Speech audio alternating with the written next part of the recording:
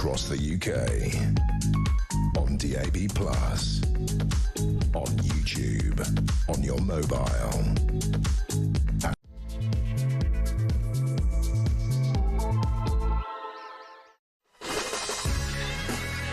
Good morning and welcome to Morning Glory. It's 6:02. I'm Mike Graham and we are here. It's Friday. We've reached the end of another very, very important week in news. And it's going to be a little sombre this morning, I have to say, because we're all reading all of the dreadful stories and the terrible evidence that was given yesterday in the sentencing session of Axel Arudikabana. Front page of the Daily Mail says this: what you did was not only cruel and pure evil, it was the act of a coward. And that's the mother of 7-year-old Elsie Dotts, who was one of the victims, of course, of his terrible rampage that we now know went not only for 12 minutes, but for about 16 minutes, where he just rampaged around inside a Taylor Swift dance class and stabbed little children as young as 6, as 7, as 9. I mean, absolutely unbelievable. Pictures of him wearing a mask in the back of a taxi. Front page of The Sun, as killer jailed 52 years, a message of defiance from a witness statement from the parents who say, when we think of Southport, we'll think of the girls, their bravery, their strength. He will not win. The Times goes a bit more for a straight headline: evil killer jailed for 52 years. I mean, the details of the story are so distressing and so upsetting.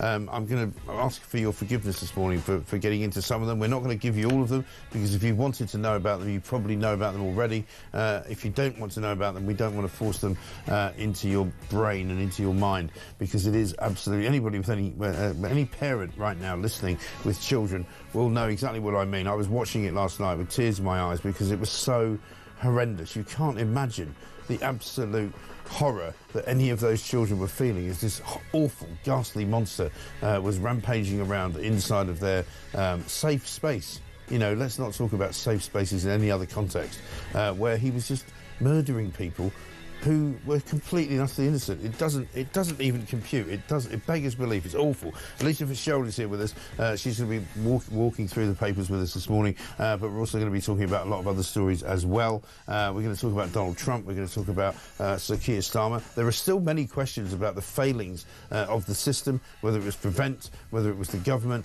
whether it was the police, whether it was the parole board, whether it was the people who should have intercepted this man and realised that he was a danger to society and done something about that. I watched Question Time last night and people were kind of shrugging their shoulders and going, we don't know what to do.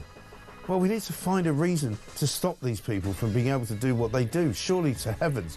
It's 6:05. We want to take your views, of course, as well, so we do want to hear from you. 0344 499 1000 is the number. You can send us a voice note, you can call us, you can send us a tweet at talkTV. You can, of course, send us as well a text message to 87222. This is Morning Glory. Let's do it.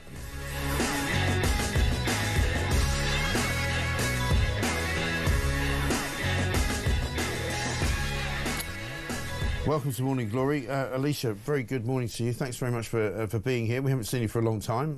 Glad to have you back. Thanks so much. Good to be here. Yeah, really good to have you. We're going to talk about some terrible things this morning, because I know there are many stories that we will get to over the course of the next hour, which will be less horrendous and less debilitating. But I mean, this story is just so awful, isn't it? I mean, you can't really even put it into words just how absolutely vile and grotesque it is. I mean, just even seeing those pictures of the three young girls all over the front pages, it just really reminds you just how absolutely gross that attack was. I mean, and the fact we still don't have any understanding of what this motivation was. And I think even Axel Rudikabana, he doesn't really understand either. He's just clearly really not mentally sane, not mentally well. And I think there was one of the headlines where I think a 14-year-old who was also at the dance class said, "Can you please give me a reason for what you did?" And obviously there was no response. And I think that is just the most harrowing part. I mean, all of it's harrowing, obviously, but the fact that there is just no motivation and it was so innocent. I mean, these little girls just out having a nice time being kids, doing what they do. I mean, I would have done that when I was a child, you know? And it's just, you know, there are no words. And the testimony of the grown-ups who were there, you know, the people who also suffered because many of them were stabbed as well, but just their kind of recollection of not, because we'd all be the same, you know, you're not quite sure what's even happening. You know, even before they realised that he'd stabbed 3 or 4 children, you know, one of the teachers was going, it wasn't until I felt a knife go into my back that I realised that we were in this terrible place. And it's hard to imagine, isn't it? Yeah, because you just wouldn't process it. You're somewhere where you're meant to be having a nice time. It's for children, everyone's dancing, it's a dance class. I mean, never in a million years would you ever conceive the possibility that this could or would happen to you on a normal day, just in your week. It just is absolutely inconceivable. It's not like, not to say that this makes it easier, but it's not like they are somewhere that's potentially a little bit dangerous and you have your wits about you and you're kind of looking around. I mean, they are in as safe of a place that you could possibly imagine. I mean, there's just nothing that could You're just not expecting you it to happen. No. Let's have a look at what Mr. Justice Goose had to say. He's the sentencing judge. Here he is from yesterday. I'm now going to sentence Axel Rudikabana, having explained my reasons. On counts 1 to 3 murder, I sentence him to custody for life with a minimum term which he must serve in custody of 52 years, less the time he's served already. He's been in custody for 175 days on remand, which will be credited. Therefore, the minimum term is 51 years and 190 days. I mean, a lot of the papers this morning saying things like the headline in The Sun, page 2 and 3, 52 years, not enough. We spoke to Stephen Barrett yesterday, the one of the expert barristers that we talk to from time to time. He thought that they would impose a minimum of about 34 to 40 years, but it's a pretty serious offence, and it's a pretty serious amount of time that he's been given that he was sentenced as a juvenile. But he will still, unfortunately, be eligible for parole. And I was listening to some conversations last night on Times Radio and on our own station, and people saying there will be people who are not yet born who will be on the parole board in sort of, 40 years' time, who might actually consider letting this man out, which they must never do. Yeah, I mean, that's a totally inconceivable prospect, really, isn't it? And obviously this has led to wider questions about our current justice and legal system and whether we should change the law overall to allow people who are under 18 to serve full life sentences, as in they will never, ever, there's a guarantee that they will not ever leave prison, because at the moment that's the exception. And I think there are obviously, it's really hard to argue against that argument when you see cases like this. I mean, you say, how on earth can we ever justify not doing that? I mean, clearly he should never, ever be able to walk around in public life at any age. And the thing is it's all very well him being 18 now, and people will say, oh, no, if you just let out when he's 89, then, like, he's clearly got a lot going on, right? I mean, he's not a normal person. He's not a sane person. He's not going to be a normal, sane person. I mean, I'm not going to buy anybody saying, oh, well, maybe in 30 years he'll be rehabilitated. No. Having played, chess for 5 years with somebody who's been nice to him. Now he's fine. He's not fine. He'll never be fine. No, I mean, and that's the thing. Rehabilitation works if maybe you're like a low-level shoplifter. Fine, totally believe you can turn that around. You can change, and that might work for you. If you're a brutal murderer who's murdered children, like, there is no. I'm sorry, like, there's just no. There's no coming back from that. But then obviously the question is, if you change the law based on one case, and the government gets into a habit of kind of looking at one thing in a particular circumstance and then reevaluating the whole law, I mean, that's a huge can of worms, and that could go across to things that aren't to do with legalities and justice. I mean, that could really open a big box, I suppose. It could, but there are still very legitimate questions. On page 3 of The Sun, they've got 18 failed chances to stop the monster. He was reported to the police 6 times from 2019 to 2022. 4 calls were from his parents worried about his behaviour. Police visited his home 5 times.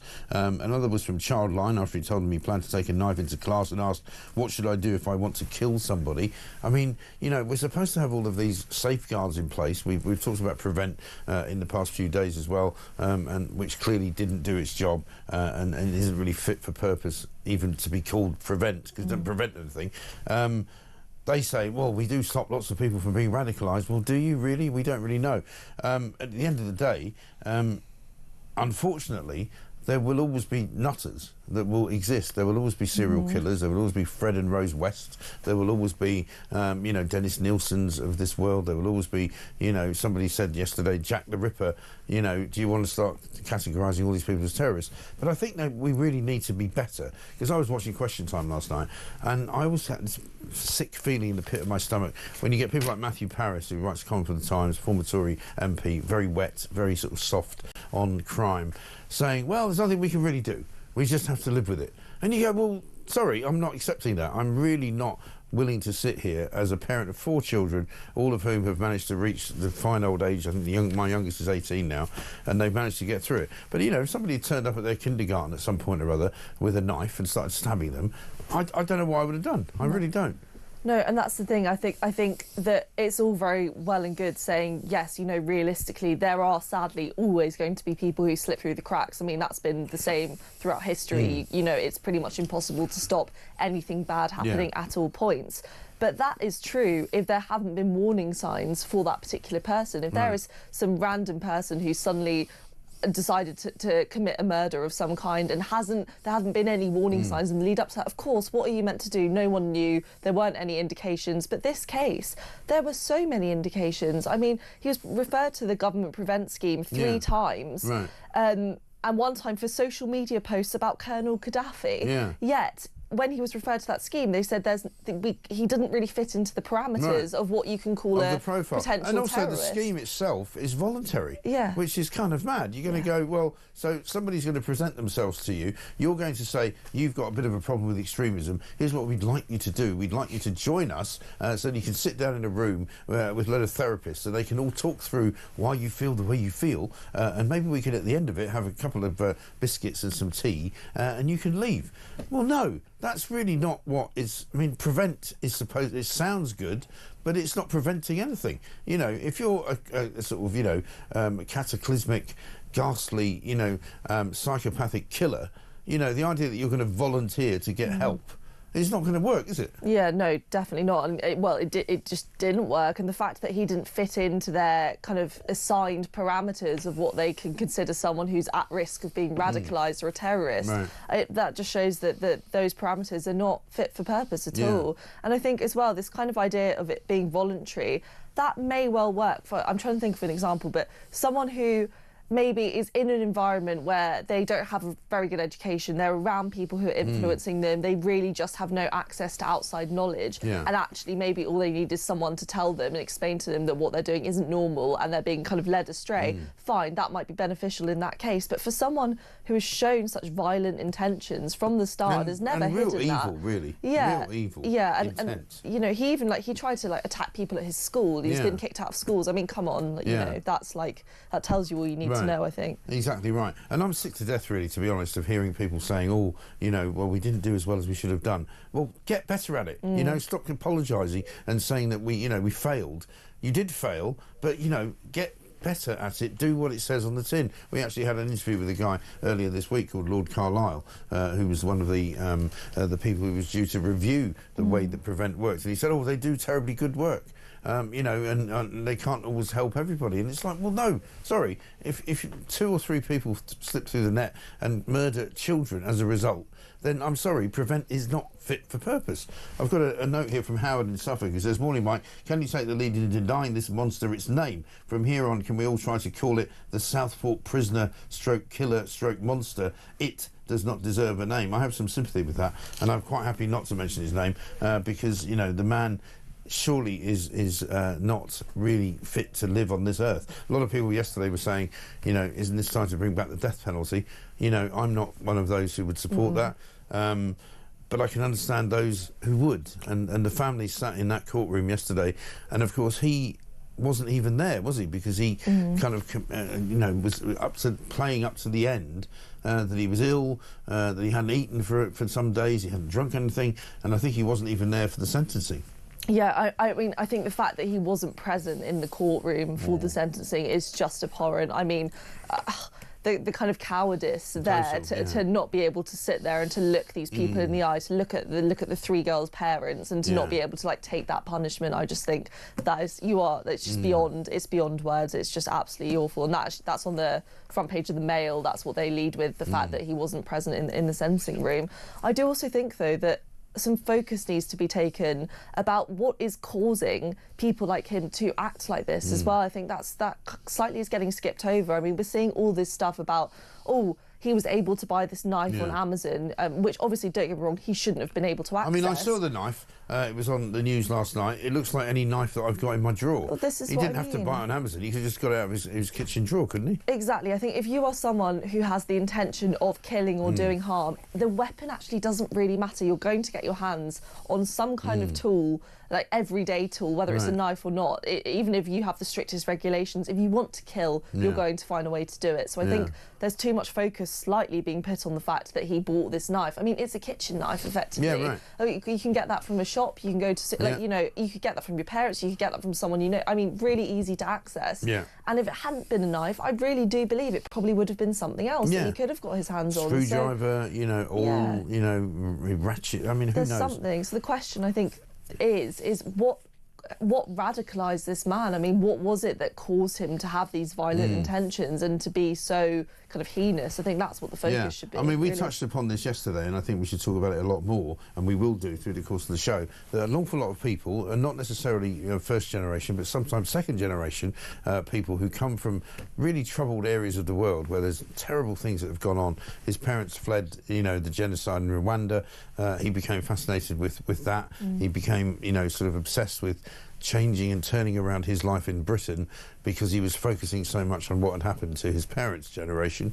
And I think, and then there's now academic evidence that says that the children of people who come from those kind of war zones, like Afghanistan, whether it was the Balkans War, whether it was Rwanda, they suffer this incredible trauma, and they're not normal. I'm sorry. I mean, I'm going to say it out loud. They're not normal, and you can't expect them to behave in a normal way because they have been subjected to some of the most ghastly and hideously inhumane acts that anybody could ever imagine. And if it hasn't been predicated on them, it's been predicated on their parents. And there's lots of footage that you can find online, which is just news footage of what happened. Yeah, I mean, I think the question of people who've experienced trauma in their countries and then have come here as a refugee or an asylum seeker, that is a really difficult one because if they have been through a genocide or a war, they would count as an asylum seeker, as a refugee, because their country is not safe to live in, etc., etc. So then begs the question, these aren't people that you'd call illegal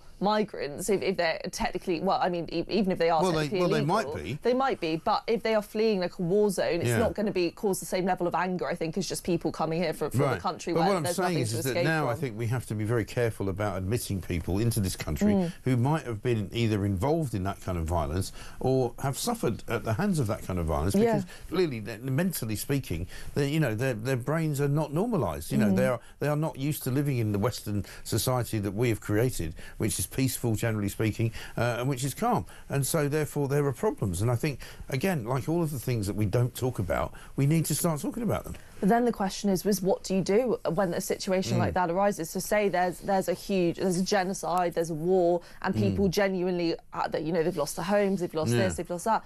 I mean, globally, I know it's probably the biggest million-dollar question. Well, my simple answer to that would be that, we don't need to necessarily open our bloody doors and say, well, you can all come to Britain. Yeah. I'm afraid, because the experiment has failed, I think. It's as simple as that. Let's get a voice note from Brian.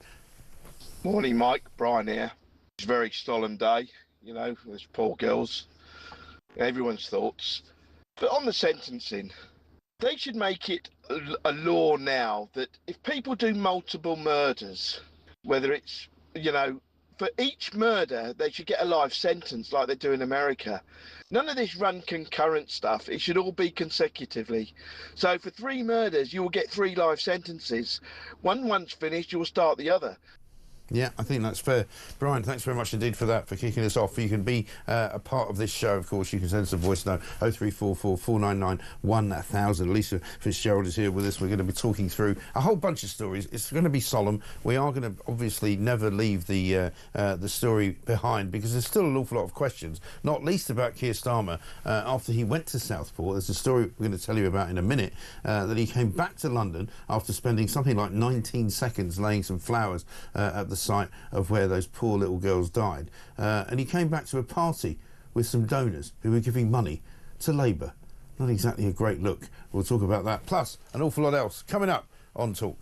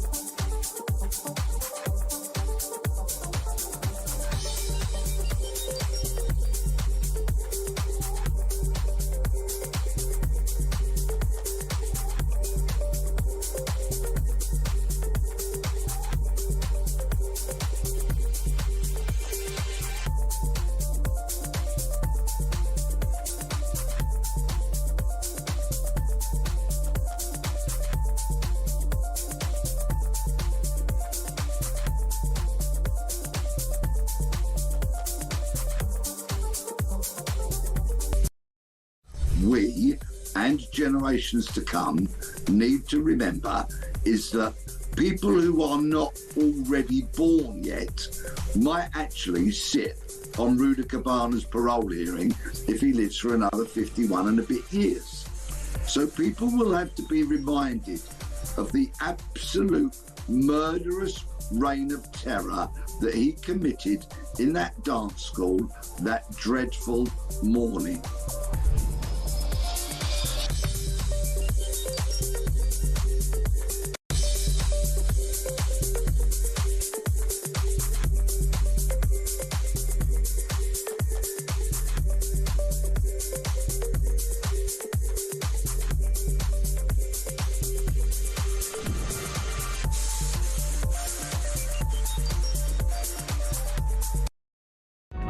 Across the UK, on DAB+, on YouTube, on the app, on your mobile, the home of common sense.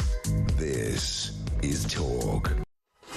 Welcome back to Morning Glory, 25 minutes past 6. We are here, of course, for 4 glorious hours every single weekday morning from 6 a.m. until 10.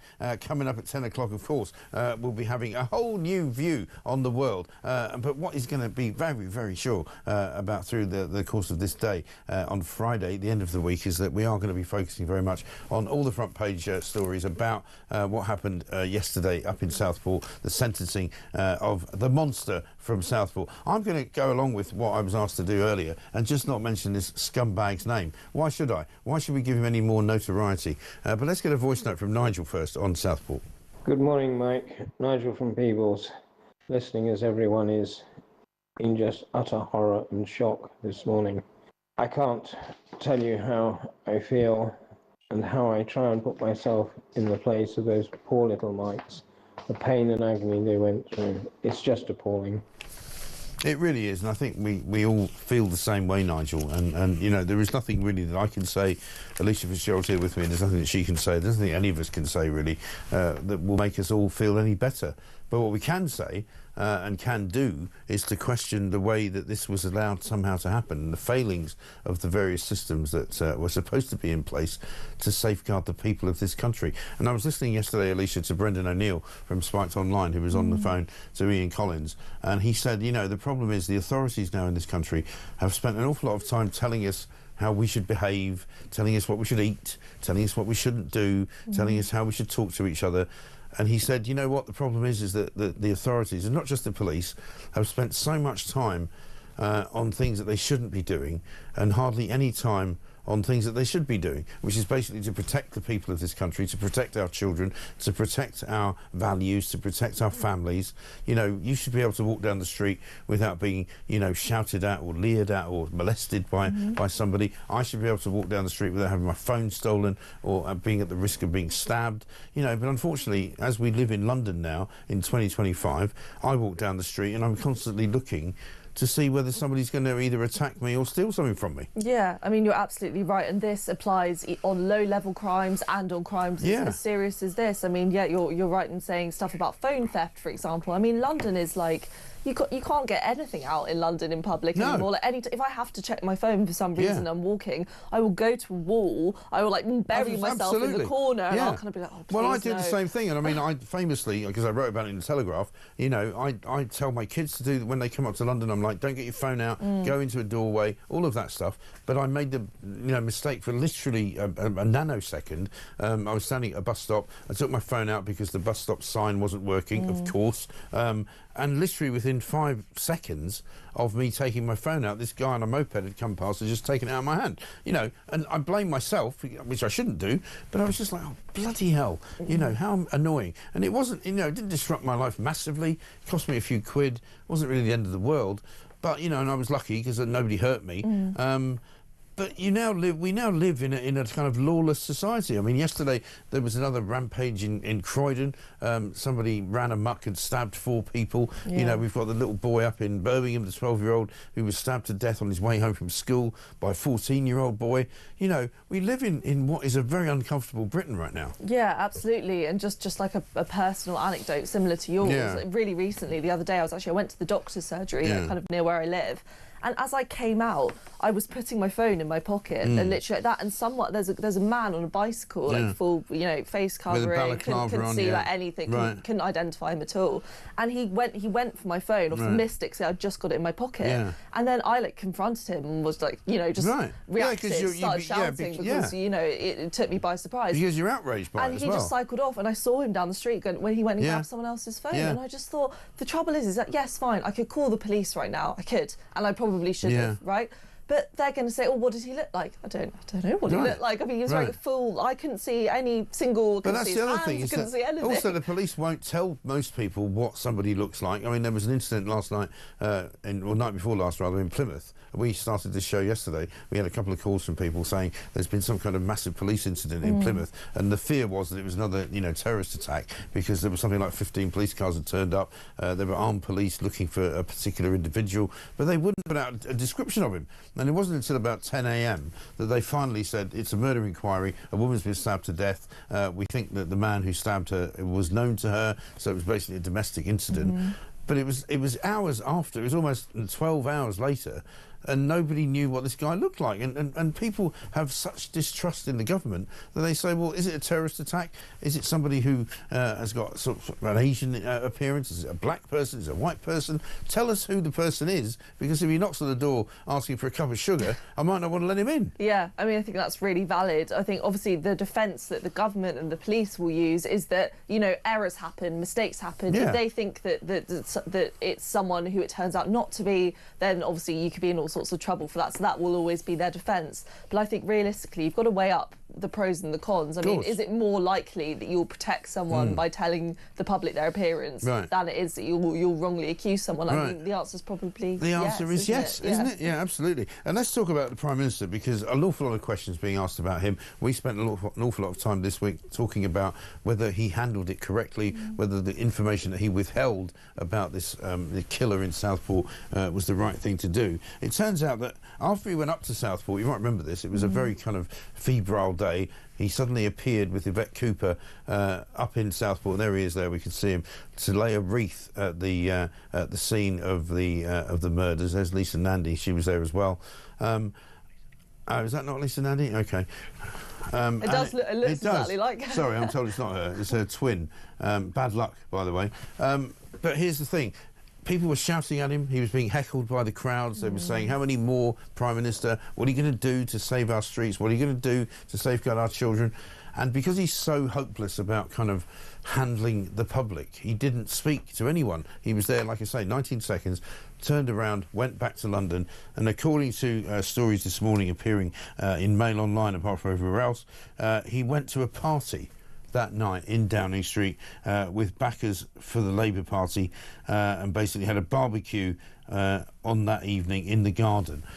Now, I would say, generally speaking, well, OK, maybe it was scheduled, it's not a big deal, but he made such a big deal about parties in Downing Street that, again, it's pot and kettle, isn't it? I guess it's this wider question about his judgment and just like optics generally, I suppose, because even though in the moment, yes, I do think potentially it's slightly unfair in that he is the Prime Minister, he has so many scheduled things to do in his day. Is he going to, every single day that something really bad happens, a tragic, is he going to cancel every single one of his plans?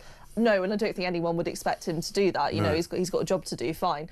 But I think in this instance, the optics of going and laying that wreath and then, being at some event that was with donors, I think specifically it's not like, I mean, on that particular day, I take your point, and I think you're right. On that particular day, he might have said, do you know what? I'm not going to go. Have your party, have your fundraiser, but I'm, having to do something more solemn than that. You won't be surprised to hear that one of the guests was Lord Wahid Ali. I know, I saw that. Right, who has given more than £900,000 to the party. He's gone very quiet, has Wahid Ali. Last time we saw him was at Labour Party conference when he kept sort of putting his hand up to the cameras when anyone asked him a question.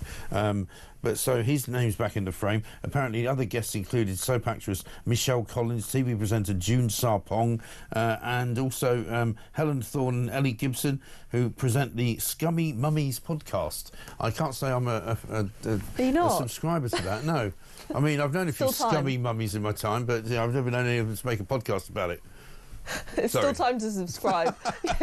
Are you going to go after this show? You're going to go have a secret listen, see what it's all about. I know, but again, it feeds back into that system of Keir Starmer and his inability to read the room, his inability to know what is the right thing to do, and his complete and utter kind of unawareness, really, of how he's perceived by people. I think the thing as well to remember is that this isn't all him as an individual. This is the Labour Party machine. You know, he has tons of advisors around him. He has people in Number 10 who wonder what do they tell him? Make these judgments for him in some part. You'd be surprised about how few of the decisions, I suppose, are actually his own. I think there's so much inner working behind all of the things that happen. So it's just a whole. It's a look at the whole thing. I don't think it's necessarily just him waking up and saying, I'm going to do this thing today, I'm going to do that. There are so many people, but that almost makes it worse because you think there are that many people all collectively coming together to make a decision that they won't all just simultaneously agree on one thing. You think there would be some kind of disagreement and some maybe someone with a different point of view, but apparently... You'd like to think so. But, I mean, I imagine now they sit there in a very beleaguered Downing Street thinking, how can we get this out of the frying pan and not put it into the fire? How can we sort of rescue what is now the most disastrous kind of first 6 months of any Prime Minister's reign that there's ever been? And we're going to come back and talk to America in a moment. There's a guy called Jeff Pojular who's going to be talking to us about Donald Trump and releasing even more kind of executive orders and all that sort of thing. But there's very much a sense for me that the world is sort of centering on Washington DC right now. You know, Keir Starmer is more and more irrelevant. He still hasn't had a conversation with Donald Trump. Donald Trump yesterday had a conversation with Mohammed bin Salman from the Saudi Arabian kingdom, where he got £600 billion worth of investment coming, and Starmer's kind of sitting here going, when's he going to ring me? Is he going to ring me? Is he going to ring me? Is he going to put me anywhere near the front of the queue? And the answer is no. He's already had his inauguration with Giorgia Meloni, with the President of Brazil, with the President of Argentina, with China being there as well. You know, he's well behind. He's not even going to make it to the top 10 of people that Donald Trump wants to talk to. Yeah, and I do think that this is... I think there's like a bigger problem here, and I think that Starmer's Labour tried to do this let's please a really big group of people thing, and they've kind of stuck by that. So they're too right-wing for the left-wing people and too left-wing for the right-wing people. Yeah, I mean, if you voted Jeremy Corbyn, this is not, and I know some people who are listening will probably say, no, Keir Starmer is a socialist. He's not. Jeremy Corbyn's a socialist. That's that agenda. Keir Starmer's too right-wing for people who believe in that. But I worry, though, that, his policies are more right-wing, perhaps, than Jeremy Corbyn. But in his head and his heart, he's actually as left-wing as Jeremy Corbyn. That's part of the problem. But that's part of the problem, because he's not... Who is he pleasing, really? If he's not...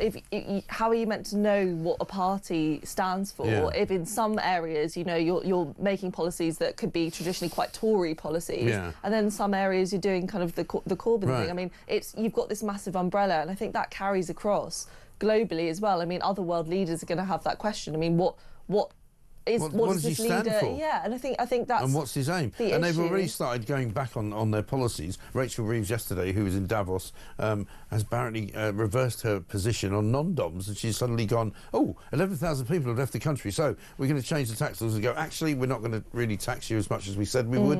Well, they've already gone. You know, they're not going to come back. They're not going to wait for the second shoe to fall. They've just gone, no, sorry, we've gone to Dubai, we've gone to Portugal, we've gone to Switzerland, we've gone to Italy. We're not coming back to Britain. I think the trouble specifically with that policy as well is that was their flagship policy, right? This is what we heard about in the lead up to the election. I mean, it feels like it's been going around for so long. So this was their big thing, and something that they criticised the Conservatives for allowing for so long, and that's fine. You know, it's a pretty traditional Labour policy. It's, you know, it's what you'd expect from a Labour government. That's all well and good, and I think lots of Labour voters were actually really in favour of that policy. Fine. But to then kind of put your finger in the wind and say, oh, actually, people don't really like this very much now. It doesn't exactly scream that you're particularly self-assured as a government with your policies. And it's almost like, you know, politicians these days in Labour forget that we've all got a memory. It's almost as though they go, well, they won't remember that. Well, we do, unfortunately for them. Coming up, we're going to be speaking about the situation in America. Donald Trump's decided to ban people from coming into the country with tattoos. I think that's a great move for him. And of course, it's not just a tattoo on your ankle of a butterfly. It's if your face is tattooed like a Venezuelan crime boss. And I think that's probably good. We'll have more. Alicia Fitzgerald is here. I'm Mike Graham. This is Morning Glory.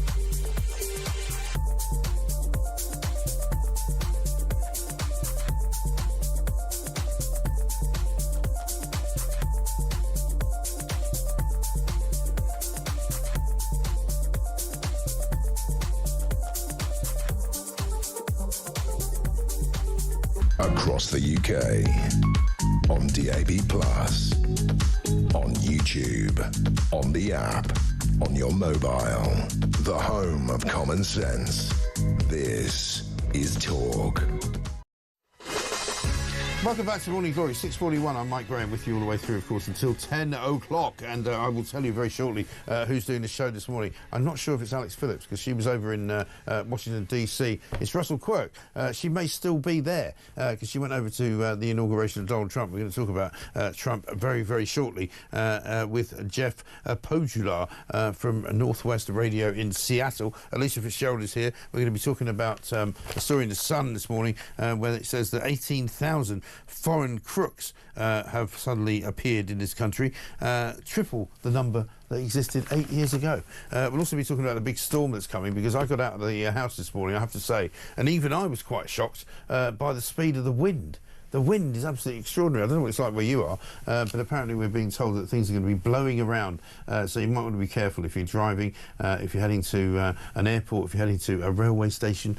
Just make sure that you don't get hit in the face by some kind of earth plant pot travelling at 100 miles an hour coming towards you. But there we are. Let's talk to Jeff Pojular right now, reporter at Northwest Radio Seattle. Donald Trump has once again been signing yet more executive orders. One in particular is going to interest the old conspiracy theorists, because it's about JFK, John F. Kennedy. Let's have a look at this. Lastly, sir, we have an executive order ordering the declassification of files relating to the assassinations of President John F. Kennedy, Senator Robert F. Kennedy, and the Reverend Dr. Martin Luther King Jr. That's a big one, huh? A lot of people are waiting for this for years, for decades. Yeah, that's a big one. What exactly is it going to say? Jeff, tell us. Very good morning to you. Well, good morning. And we really don't know what are in these documents, but I think it's important to remember that thousands upon thousands of documents have already been released. If you remember, in Donald Trump's first term, he signed an executive order that released a number of documents. President Biden, during his 4 years in office, also released a number of documents. The National Archives says 97% of the documents in their collection have already been released to the public, but you still have the CIA and the FBI. They have documents involved as well. Some of them are redacted. We don't know what's in them.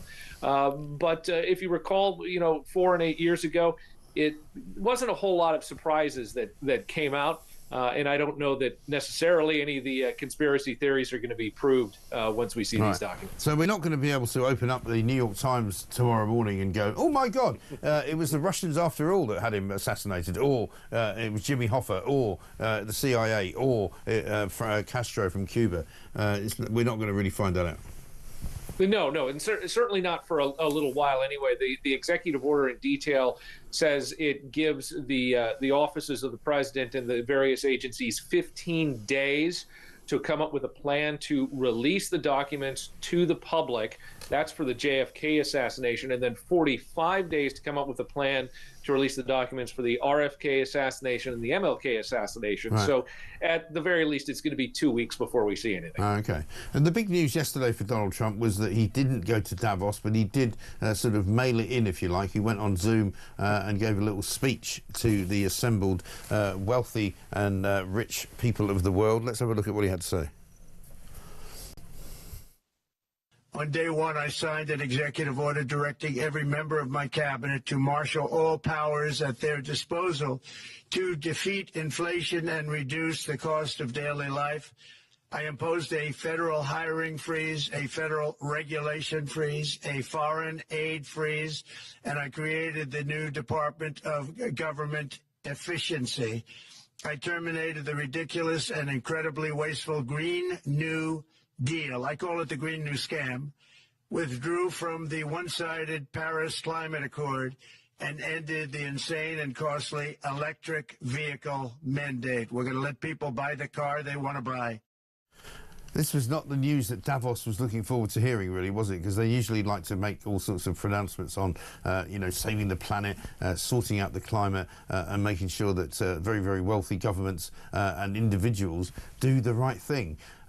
Davos has become more and more of a kind of non-existent and irrelevant organisation, hasn't it?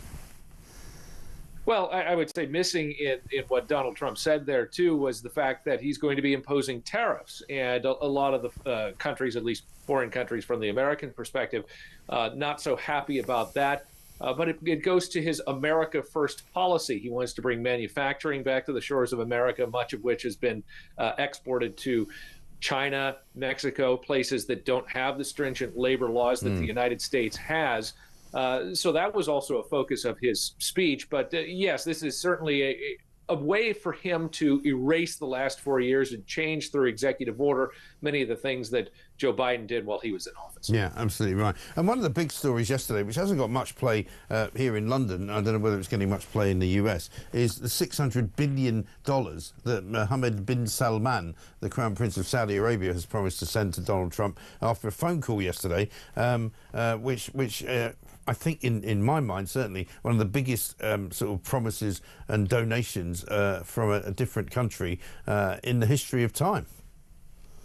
Well, yeah, I mean, Donald Trump has certainly made no mistake about trying to ally with certain people and try to bring money into the United States. You also saw the fact that you had a lot of foreign investment in AI in the United States. Yeah. It's a lot of a foreign policy of trying to get foreign investors to put their money in the United States instead of the other way around, instead of having American companies invest in companies and exports in other countries. So again, it goes back to his America First policy, which is what he's been about since 2015. Yeah, absolutely. Jeff, good to talk to you. Thanks very much. Jeff Pojular there from Radio Northwest in Seattle. Trump supposedly has secured $3 trillion in investments on his first day in office and projected to be at $7 trillion by the end of the week. It's incredible, isn't it?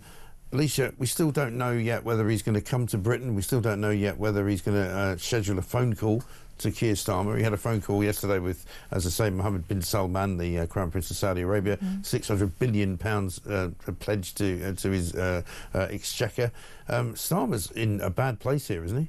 Yeah, and just on Trump, whether or not he's going to come to the UK, I have a theory about this. I think he'll come, and I think he'll love doing all the kind of traditional pomp and pageantry element of it. I think he'll want to do stuff with the royals. I think he loves the royals, photo opportunities. I mean, I really see him lapping up that opportunity if it does arise. But in terms of Keir Starmer and the economy and Rachel Reeves, I think Rachel Reeves is struggling to keep public opinion positive of her and public opinion positive of the economy, because I think the trouble is that the economy is the key issue, right? I mean, that's the thing that everyone feels. And it's faltering, if not failing. And I think this priority on growth is potentially retracting from other things that actually are impacting day-to-day people in daily life. I obviously totally understand that economically growth is the key to make things cheaper for people and easier, but that is really long-term. I think people's patience is quite low at the moment. I think just because the last 14 years for people have been really, really bad, so their patience is wearing thin, and people just don't want to hang around and see. But also, she's got this terrible habit of saying things that aren't true, in the same way that Keir Starmer does. You know, she talks about growth and says, you know, I've drawn a line. She was in Davos the other day saying, I've drawn a line under the chaos of the fiscal policy of the Tories. And it's like, well, you haven't really, because now we're still in another period of chaos. It's still chaos, really, isn't it? I'm building stability in the economy. Well, no, you're not. You know, because we've now got, you know, the Treasury having to intercede into the markets to make sure that the pound doesn't collapse, and to make sure that the gilt levels and the interest rates are not hammering Britain to such an extent that we can't afford to pay back the money that we've borrowed. We've borrowed £18 billion practically in the month of December alone. So the idea that she keeps saying, oh yeah, we're all about stability, we're all about, you know, putting money back into your pockets. I don't feel any richer. I feel poorer. Since they've been in July. I don't know about you. You know, the cost of everything has gone up, and I mean, I don't wish to use the Greggs sausage roll scenario as the measure, but basically a sausage roll at Greggs has gone up by 50% since about a year ago, and you're paying £1.50 for something that used to be £1. And that's the kind of thing that ordinary people notice. Yeah, you know, because that's important to them. It's like inflation and just like living costs as well. I mean, outside of kind of your basic like food inflation, I mean, your rent's going up. It's just like out of control. You're getting another email from the landlord saying we're going to put your rent up another 10%. Yeah, and do you know what? I'm going to like speak kind of as a young person rather than, you know, me being here like on a work basis. Yeah. Housing is I think one of the biggest, most catastrophic issues in the country at the moment, whether that's renting, buying, the fact that young people can't afford to buy, the fact that young people can't afford to rent, the fact that young people, if they can, are staying and living at home with their parents until they're 35 because there is no other option for people. And then it creates this massive chasm between, you know, if you don't have a situation where you can do that, if you don't have parents you can live with or who can afford to have you there, or you don't live in an area, I mean, that's a huge inequality. And I think issues like that are just being slightly like slipped under the parapet, and that's a huge thing. Absolutely right. It's a very good point. Alicia will be back after this. It's coming up to 6. What am I talking about? 6:51. Very nearly the end of the first hour, but we've got lots more stories to talk about, including more foreign criminals in Britain than ever before. This is Talk.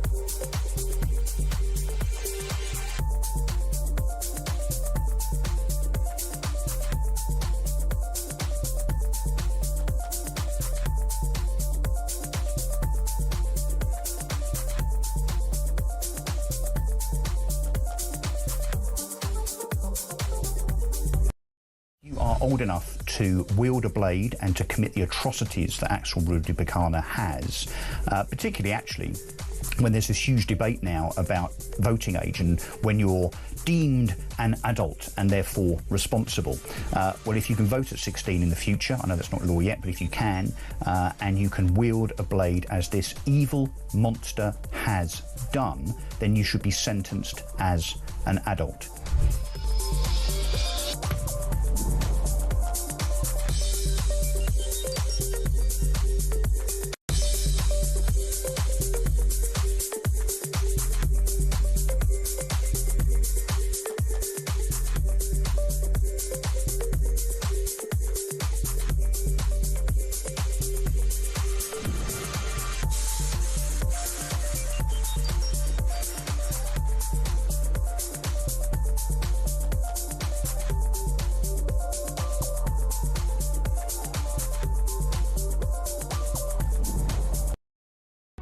Across the UK, on DAB+, on YouTube, on the app, on your mobile, the home of common sense. This is Talk. Welcome back to Morning Glory. 5 minutes to 7. Oh, almost the first hour gone already. Alicia Fitzgerald is here. Haven't seen you for a long time, so it's very nice to see you this early in the morning. Hopefully we can do this a bit more often. I woke up this morning and heard immediately, because I live in a quite quiet street, and heard the wind howling outside the door. Came outside and was like a little battered against the wall. There's a big storm coming supposedly later on today, which will apparently, according to the Telegraph, shut schools and bring wind turbines, Ed Miliband's favourite power source, to a complete standstill. Yeah, and I know there is a serious element to this story, but my favourite thing about this has been seeing all the people who forgot that they turned on those government alerts on their phone. So you know how you have that option in the settings? I don't have that. I must have switched it off. Yeah, I think I switched mine off as well. I've got no alerts at all. Also, just walk outside. You can see. I don't need the government to tell me it's windy. Fine.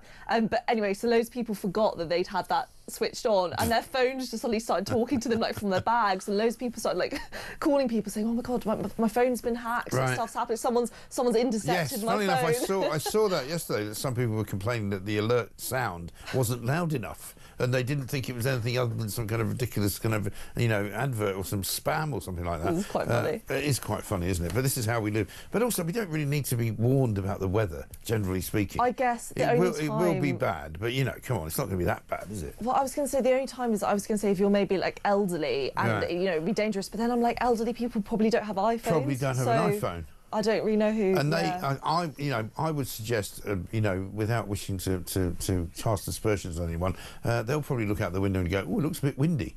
My plant pot was just blown across the road. But I've already seen plant pots across the road. I mean, actually have seen that, so it might get worse. Let's talk about a quick story in The Sun. Foreign criminal numbers have tripled since 2017 to more than 18,000, sparking calls to ramp up deportation. So basically, these are people who have gone into prison, having committed crimes here, who are foreign nationals, and they haven't been sent home.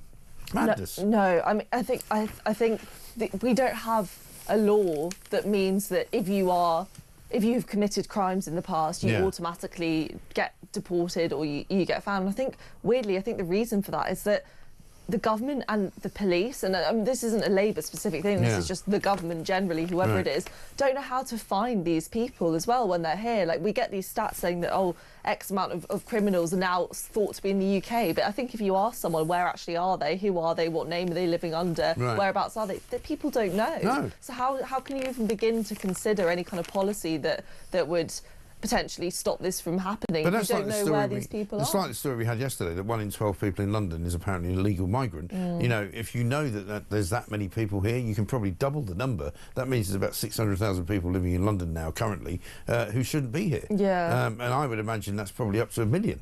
I think in this story in The Sun as well, it's really interesting because there's reference to where is it? What's his name?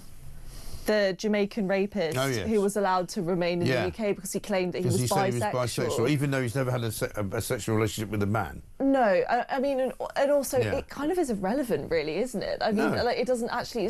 I don't. And also, people have pointed out to me, if you go back to Jamaica, it's not illegal to be bisexual. People might make fun of you, but that's not a reason not to be sent back there. Yeah. Unbelievable. And I think wherever you sit on this argument, whether you are really pro, you know, us taking lots of people, whatever your belief is. I know you're not, but just, you know, generally speaking in the country, I mean, I don't think you can particularly argue that, oh, it's really good to let criminals into the country. Yeah. I mean, you know, like... I mean, I think on balance, most people probably would say, I don't think it's a great idea to have rapists welcomed into Britain. No. We've got enough homegrown ones. One final word of warning to you. If you're going to throw out your kids' toys, just be careful, because according to The Sun, one of the world's finest collections of vintage Star Wars toys has just sold for almost 1.2 million quid.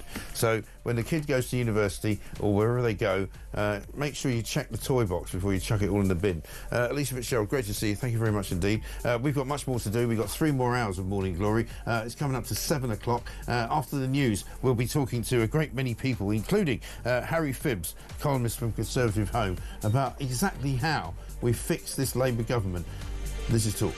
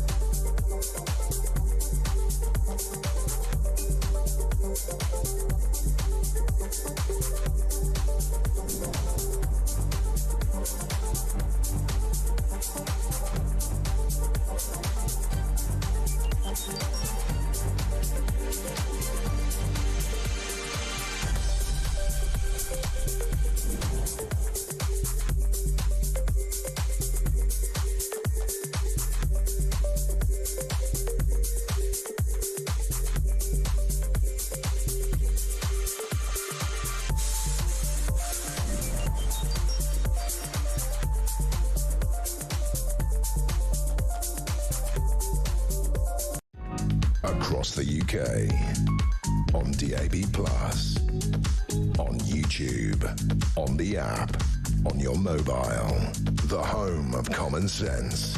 This is Talk.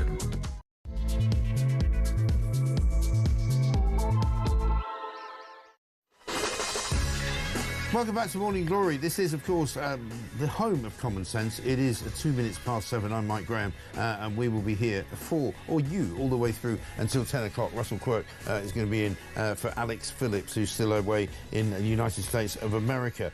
We've been talking about a great many things this morning because it's quite a sombre morning. The front page is all obviously very, very much dominated by the news yesterday that the Southport killer, and I've been asked not to mention his name, so I will continue not to mention his name because he is a scumbag, he is a monster, he is a complete and utter bastard. I'm going to say that word, and I don't think Ofcom are going to complain about it, because I think it's very, very apt. The front page of the Daily Express this morning: the brave parents of little Bibi, 6, Elsie, 7, Alice, 9, left with shattered souls by the sadistic actions of the Southport killer. We heard yesterday in a courtroom about how awful the injuries were that he inflicted on those little girls. Cruel and pure evil, the act of a coward. And that is what it was described as. You know what you have done. We hope it haunts you every day. Those brave families, those poor families, the suffering that they have gone through, and the fact that their now lives will be shattered for the rest of time. There is really no remedy for that. There is nothing that anybody can do to assuage how they feel. There is nothing that anybody can do to comfort them. I'm a parent. I have children. I remember, and I was watching it last night, I remember when my daughter was 6 years old. I remember when my sons, all 3 of them, were that age, and it's just so absolutely heartbreaking to consider what must have been going through their minds as they discovered what had happened on that terribly fateful day last summer at the hands of that complete and utter scumbag, who has now been sentenced to 52 years minimum in jail, and let's hope he never comes out. In fact, let's hope he just dies there. I don't wish to in any way endorse violence, and I certainly would not be responsible to do that, but wouldn't it be less than unfortunate if something befell this character when he was in prison? 0344 499 1000. We've got a lot of really, really big messages and good messages for you, which we'll read out over the course of time. You can send us a voice note, of course, as well. We're going to talk to Harry Phibbs, who's a columnist at Conservative Home. We've got some other stories to talk about as well, but it's hard to get past the absolute and utter degradation of society. And I think the questions now need to be asked, you know. We've been asking them, how could this have happened? How is it possible that the safeguards that we supposedly have in place can never, ever work? How is it that we still have to wake up every day when something like this happens and be told, we're going to have an inquiry, we're going to find out what went wrong, we're going to work out what in any way we could have done better? And I'm sick to death of it, frankly. You know, it's time that we did it better. Let's not talk about doing it better. Let's not talk about improving it. Let's talk about doing it, for heaven's sake. My heart's breaking for these poor little children and their families. 0344 499 1000. This is Morning Glory. Let's get it on. Let's kick things off this hour with a voice note from Phil. Good morning, Mike. Phil from Hertfordshire. Mike, time and time again, we see failings. We see people let down. We see the probation service. We see social services failing people and children time and time again. And they need to be investigated, scrutinised, questioned, and questioned about their integrity and their competence for doing the work that they do, because they are failing people in this country and it's costing people's lives. Phil, I couldn't agree with you more. You know, but you see what we're up against here. You know, earlier on this week we had an interview with Lord Carlisle, who was one of the supposedly reviewers of the Prevent programme. He sat here and said to me with a straight face that Prevent was doing a good job, albeit that not everybody could be spotted by them. Well, I'm sorry, that is the exactly wrong attitude to have, and that is part of the problem, that people think that they're just covering their backsides by saying, oh yeah, we've set up an inquiry, oh yeah, we've set up a steering committee, oh yeah, we've got this organisation called Prevent. But it only works if somebody wants to commit to it voluntarily, and who wants to be sort of, you know, de-radicalised by the organisation. And if they don't want to be de-radicalised and they want to continue to be, you know, ridiculously insensitive and completely and utterly controlled by a paranoid foreign entity, i.e. ISIS or Al-Qaeda, they won't bother coming to Prevent. Well, that's hardly a system that works then, is it? For heaven's sake. This from Good Deep. Good morning, Mike. Starmer's statement yesterday to the people and families of the victims in Southport was nothing more than a hollow display of cold, empty words. The time to make such a statement was on the very day he visited Southport, but instead he chose to disregard them, branding them as far right. Now we learn that his priority was to rush off to attend his party. Shame on you. Starmer. And that's another story that will shame anyone who is a member of this government, and it should do. Starmer apparently spent something like 17 or 19 minutes, depending on who you believe, up at the scene of the deaths of those 3 beautiful little girls. He refused to speak to anybody, despite the fact that he was being heckled by the crowds who were asking him questions like, how many more children have to die? Speak to us, tell us something, give us something. He gave them nothing. And he came back, rushed back to London in his chauffeur-driven limousine, possibly in a helicopter as well, to have a party in Downing Street. And considering what he said about parties in Downing Street, I think this is actually more egregious and more disgusting than anything that Boris Johnson ever did. Morning, Mike, says Jan from Newcastle. You mentioned advisers advising the Prime Minister in the wake of the wreath-laying, then partying. Surely it's not that difficult for an adviser to say, think of the optics to the Prime Minister. It's not rocket science, is it? No. But I think the trouble is these people are so arrogant, Jan, that they don't even think that anyone will, one, find out, and if they do find out, will be so far away from the incident that nobody will care. Well, guess what? We do bloody well care. And Keir Starmer is a disgrace. He's a bad Prime Minister. He's worse than a bad Prime Minister. He's a man that has no contact or no even understanding of the British people. He gets everything wrong. But this is more serious than anything that I've ever talked about on this show. This is not just about why Keir Starmer politically is failing. This is about why Keir Starmer, as a man, as a father, as a human being, has completely and utterly failed the people of this country. Let's talk to Harry Phibbs, columnist at Conservative Home. Harry, very good morning to you. Morning. I don't think I'm being too hard on Keir Starmer, describing him as a complete and utter failure for the British people. We find out that not only did he leave Southport without talking to the local people there, who could have well done with a word of advice or, you know, even a reassuring word or a pat on the shoulder or something, did he rush back to London only to appear at a party, a fundraising party for Labour. Oh, this is a new low for Starmer. We've talked about over the last 6 months about all sorts of failings, you know, all the free gear and putting up tax and destroying jobs and all broken promises and lots of political failure. But no, there's something exceptionally sickening about this story and the way that he's behaved and the way that we've been lied to and the cynicism. It's partly the way that it's insulting to our intelligence. Yeah. Because if you're going to have somebody who's going to tell lies and they just don't care, even though they're going to get, and it's not that hard for the journalists to get to the bottom of some of these things, that eventually the truth will come out. And they just seem to care. They don't care. They just seem to think, oh well, we'll get away with it. It's absolutely despicable and appallingly arrogant, and I just don't know how we can get by with another 4 years of it. Well, my opinion, as I say very often to anyone who would care to listen, is that I don't think they'll last 4 years.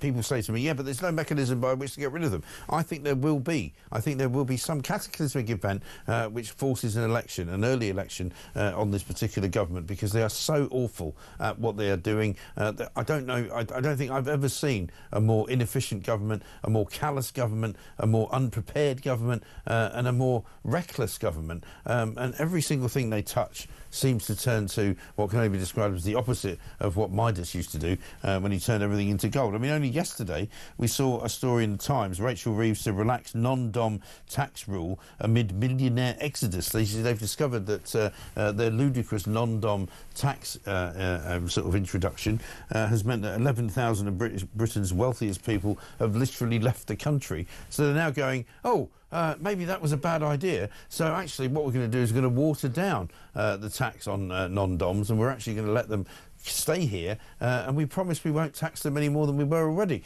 A complete U-turn, a complete reverse ferret, a complete and utter betrayal of what they said they wanted to do. Oh, yeah, I mean, the non-doms, what it means is that if you're a non-dom, that you pay tax on the money that you earn in Britain, and then if you've got financial interests, if you own a company abroad, then you've got the option of paying the tax on your earnings abroad in the country where that money's being earned. A perfectly reasonable arrangement. And if we've got foreigners here, they don't.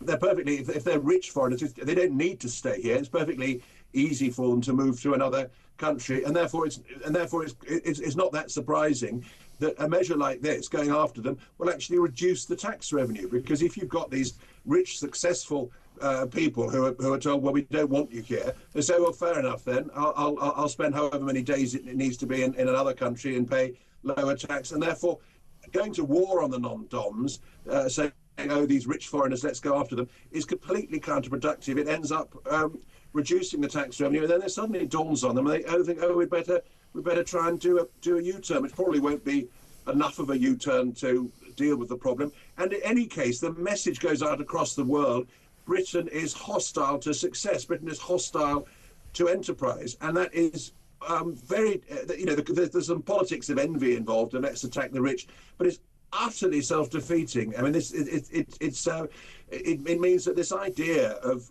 the government wants economic growth is a complete joke. The growth, of course, has collapsed if you put out an anti-enterprise message.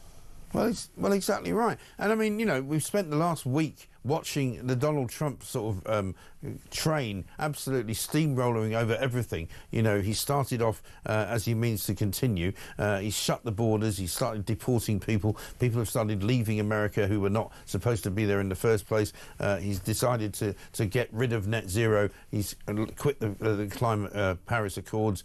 He's been talking to people about bringing in trillions and trillions of dollars into the country for investment purposes. Only yesterday he had a conversation with Mohammed bin Salman from Saudi Arabia, who's pledged something like 600 billion for an investment fund. He doesn't need to be in Davos, but he spoke to them yesterday. We seem more and more like an isolated little island somewhere off the coast of Europe that nobody cares about. Donald Trump still hasn't had a conversation with Keir Starmer. It's now Friday. He became president on Monday. I think this is probably the longest, you may know this better than me, the longest period of time since a new president has come in without talking to a British Prime Minister.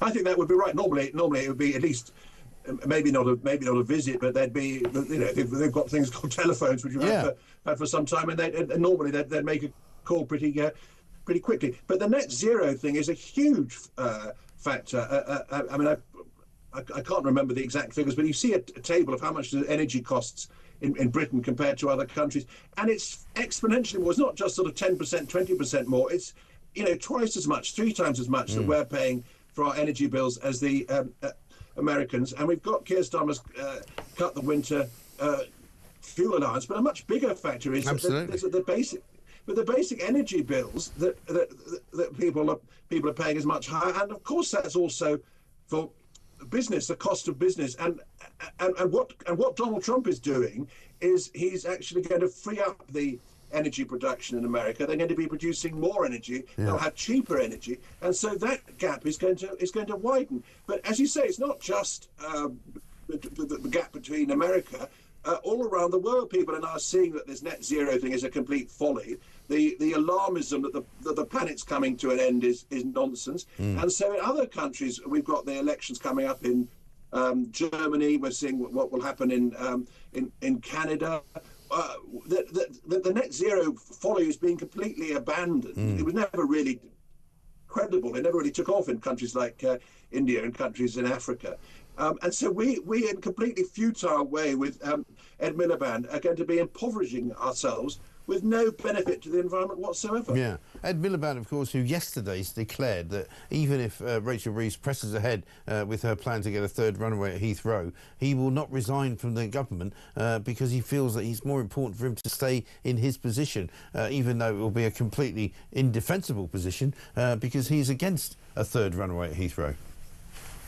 Oh, it's humiliating for Ed Miliband. It's a complete contradiction. We need to expand airport travel. I would actually like Boris Johnson's idea of the Thames estuary. I quite like that idea as well.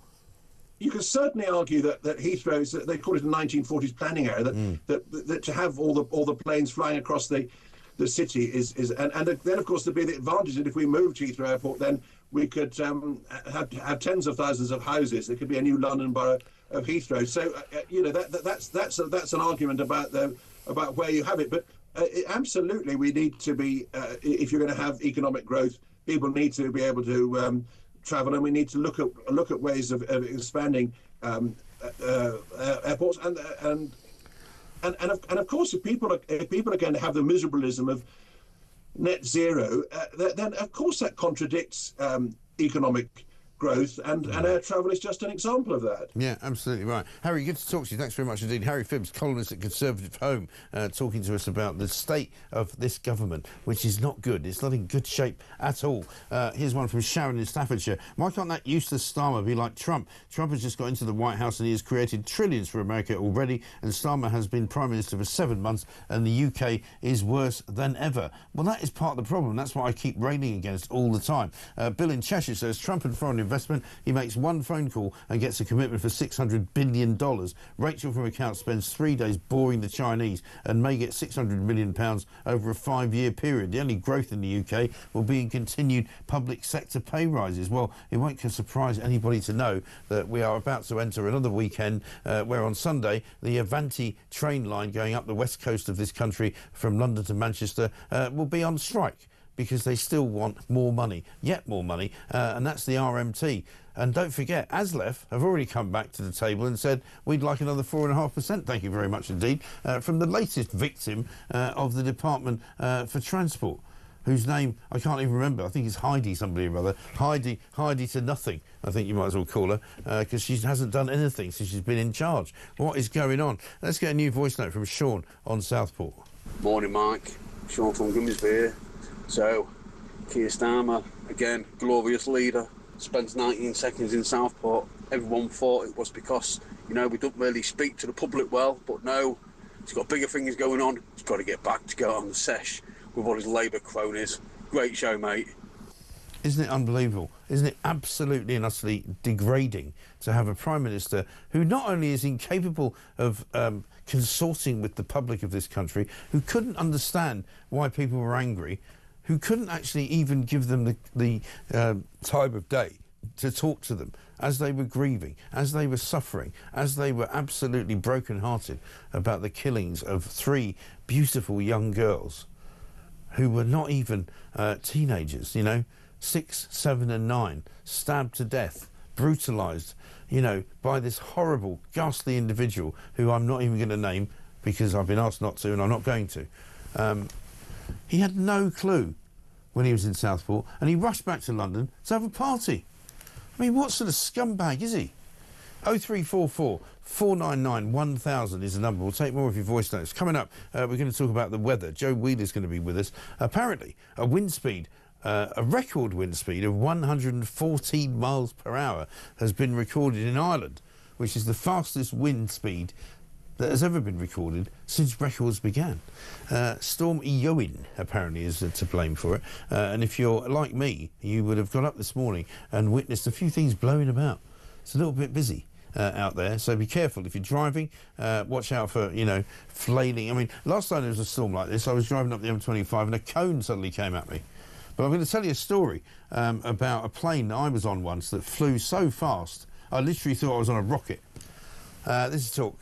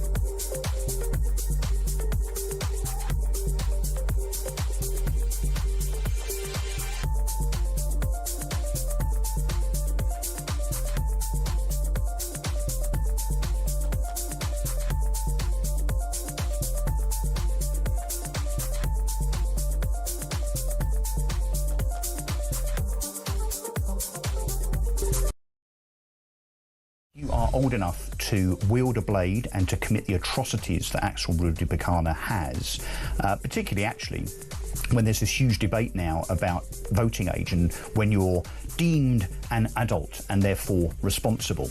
Well, if you can vote at 16 in the future, I know that's not law yet, but if you can, and you can wield a blade as this evil monster has done, then you should be sentenced as an adult.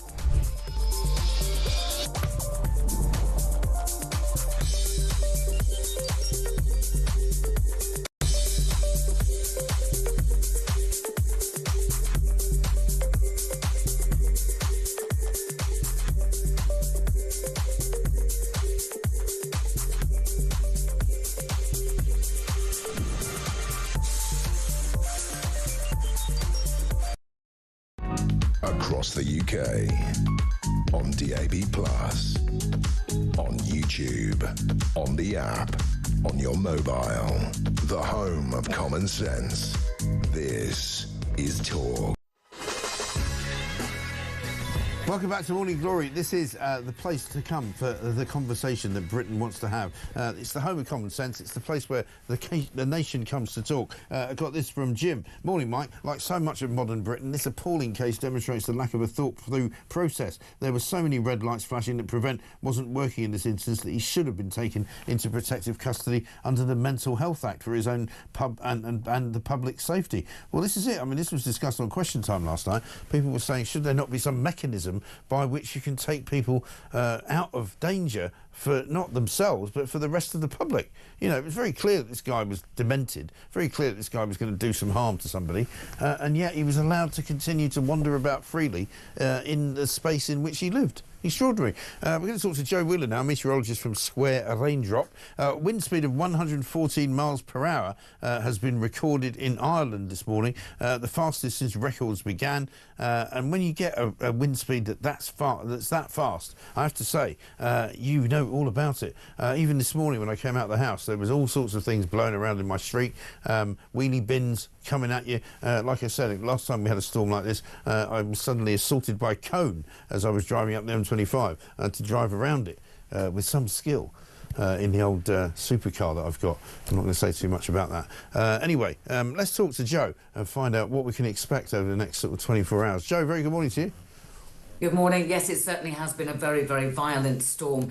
And of course, the focus has been on the west, because we knew that this storm as it came in, likely to track its way into northwestern parts, was going to have the strongest winds on the southwestern flank. Yeah. So it was after the rain had gone through, and we've seen those winds over Ireland picking up overnight. As you say, that record of 113 miles per hour set in Limerick back in 1945 has now been broken. Macehead, 114.9 miles per hour. Now, that obviously was in the red zone, but we've got other parts of the country that are also in the red zone. At the moment, Scotland's waking up and wondering what all the fuss is about, because their winds are pretty much flat calm at 7 miles per hour. That's through central areas, but that's because the storm hasn't reached them yet.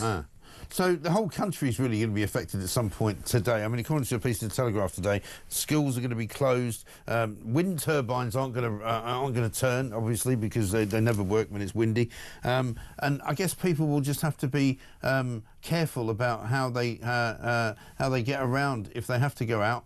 Would you say to people? I know I'm always very wary of being a bit too kind of overprotective of people, but this does seem like a bad one. And if you don't have to drive anywhere, you probably shouldn't. Absolutely. You know, try and stay off the roads. Try not even to walk around. Apparently, one of your colleagues got blown over this morning. Oh, really? Now, I Who was that? tunnel outside the News UK building. Blimey. It is blustery there. So, of course, it's not just down to what the weather's doing. It's also down to where you live or where you're trying to travel, that it might just be somewhere that funnels the wind and suddenly makes it dramatically worse. Interesting to see that roads like the Snake Pass have been shut, the Woodhead Pass, and also parts of North Yorkshire. So, again, parts of the country that aren't immediately dramatically affected by those strongest winds, but it is blustery everywhere. And presumably the trains won't be running. I mean, they don't need many excuses to not run the trains. So presumably today that will be absolutely multiplied by 100. Absolutely. A lot of the rail services have already been cancelled. Flights, obviously, in and out of Belfast, also Edinburgh and Glasgow. Ferry crossings, they're not going to go ahead. And I spoke to a friend of mine in Belfast last night, and I said to her, listen, make sure everything's charged up, charge up your phone. I said, and the advice is to fill a bath with water if you have a bath, and then you've got supplies if anything happens. Well, this morning we've got 500,000 homes without electricity, and that situation may get worse. The first expiry of the red warning is 2 o'clock this afternoon. Okay. But the other go on, we've got amber warnings as well, and a yellow warning right across the country. So these winds are going to continue for some time. OK. Well, we'll all be very, very careful out there. Thank you very much indeed. Joe Wheeler there, meteorologist at Square Raindrop. As I say, I'm not one of those that generally speaking, will give you any kind of, reason to not do anything because the weather's going to be really bad. But I think this actually is going to be quite windy out there.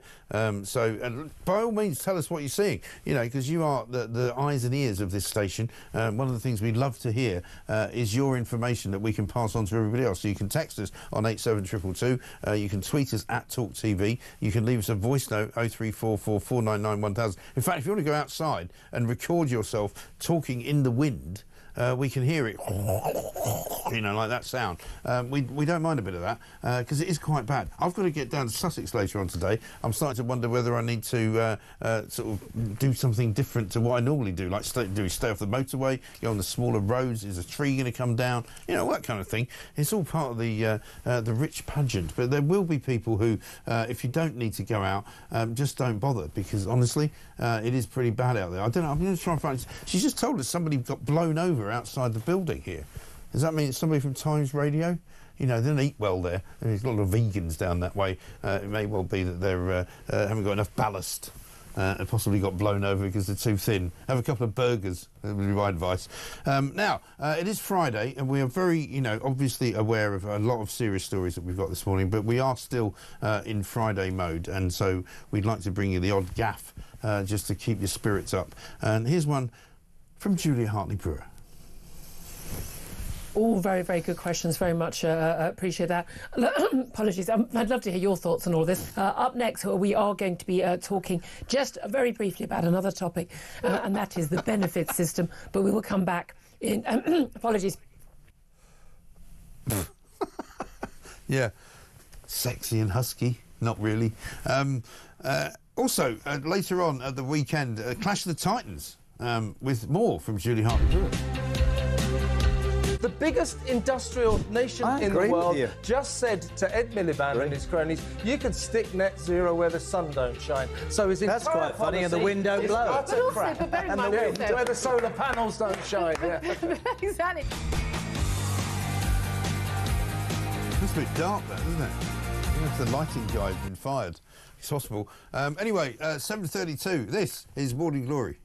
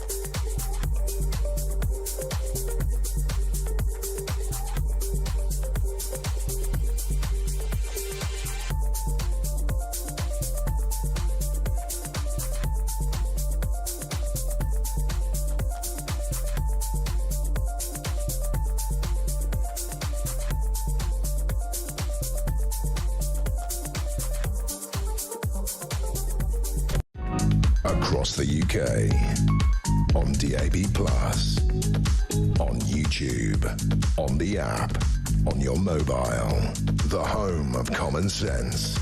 This is Talk. Welcome back to Morning Glory, 7:34. I'm Mike Graham with you all the way through until 10 o'clock. Russell Quirk will be here filling in for Alex Phillips, who's still, I think, in the United States of America. One from Bill in Cheshire says, on the Southport killer, why are we wasting money to keep this monster in prison for 52 years? Change the law and bring back the death penalty. This was suggested to me yesterday.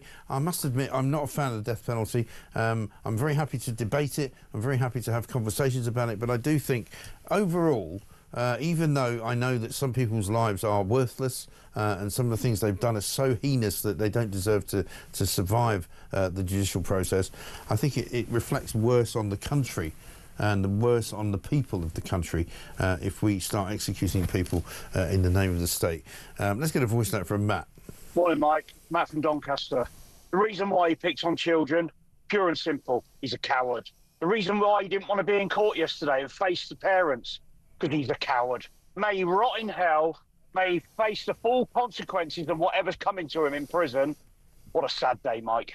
Yeah, I can't disagree with that, Matt. Thank you very much for that. You can, of course, send us a tweet at talkTV. You can text us at 87222. You can send us a voice note on 0344 499 1000. I've been asked earlier today not to mention his name, and I'm not going to because I think that's good. I think that's quite right. Why would we give him the honour of naming him? And in fact, you know what? You put a picture up of him. Let's get rid of that. Let's not even put his picture anymore in front of the people. It's a horrible picture. He looks demented. He looks deranged. I think it's better if we don't even see that picture anymore. You know, let's consign him to the dustbin of history and let's hope we never hear from him or his representatives ever again. Let's talk to Chris Daw, KC, a barrister, a writer, a broadcaster, a thoughtful individual, one of my favourite lawyers, I think, partly because we normally disagree about pretty much everything. Chris, a very good morning to you. Morning, Mike. Such a horrible story. I mean, I don't know where to begin, really. I'm going to say that we're doing the right thing. I'm not going to mention his name. I'm not going to see his picture anymore. When I think about those little girls, I mean, I don't know if you've got children, but you know, I've had 4 children, and I can remember my daughter at that age and my sons at that age, and it's so painful to even consider what those people's parents must be going through, their family must be going through. It's so awful.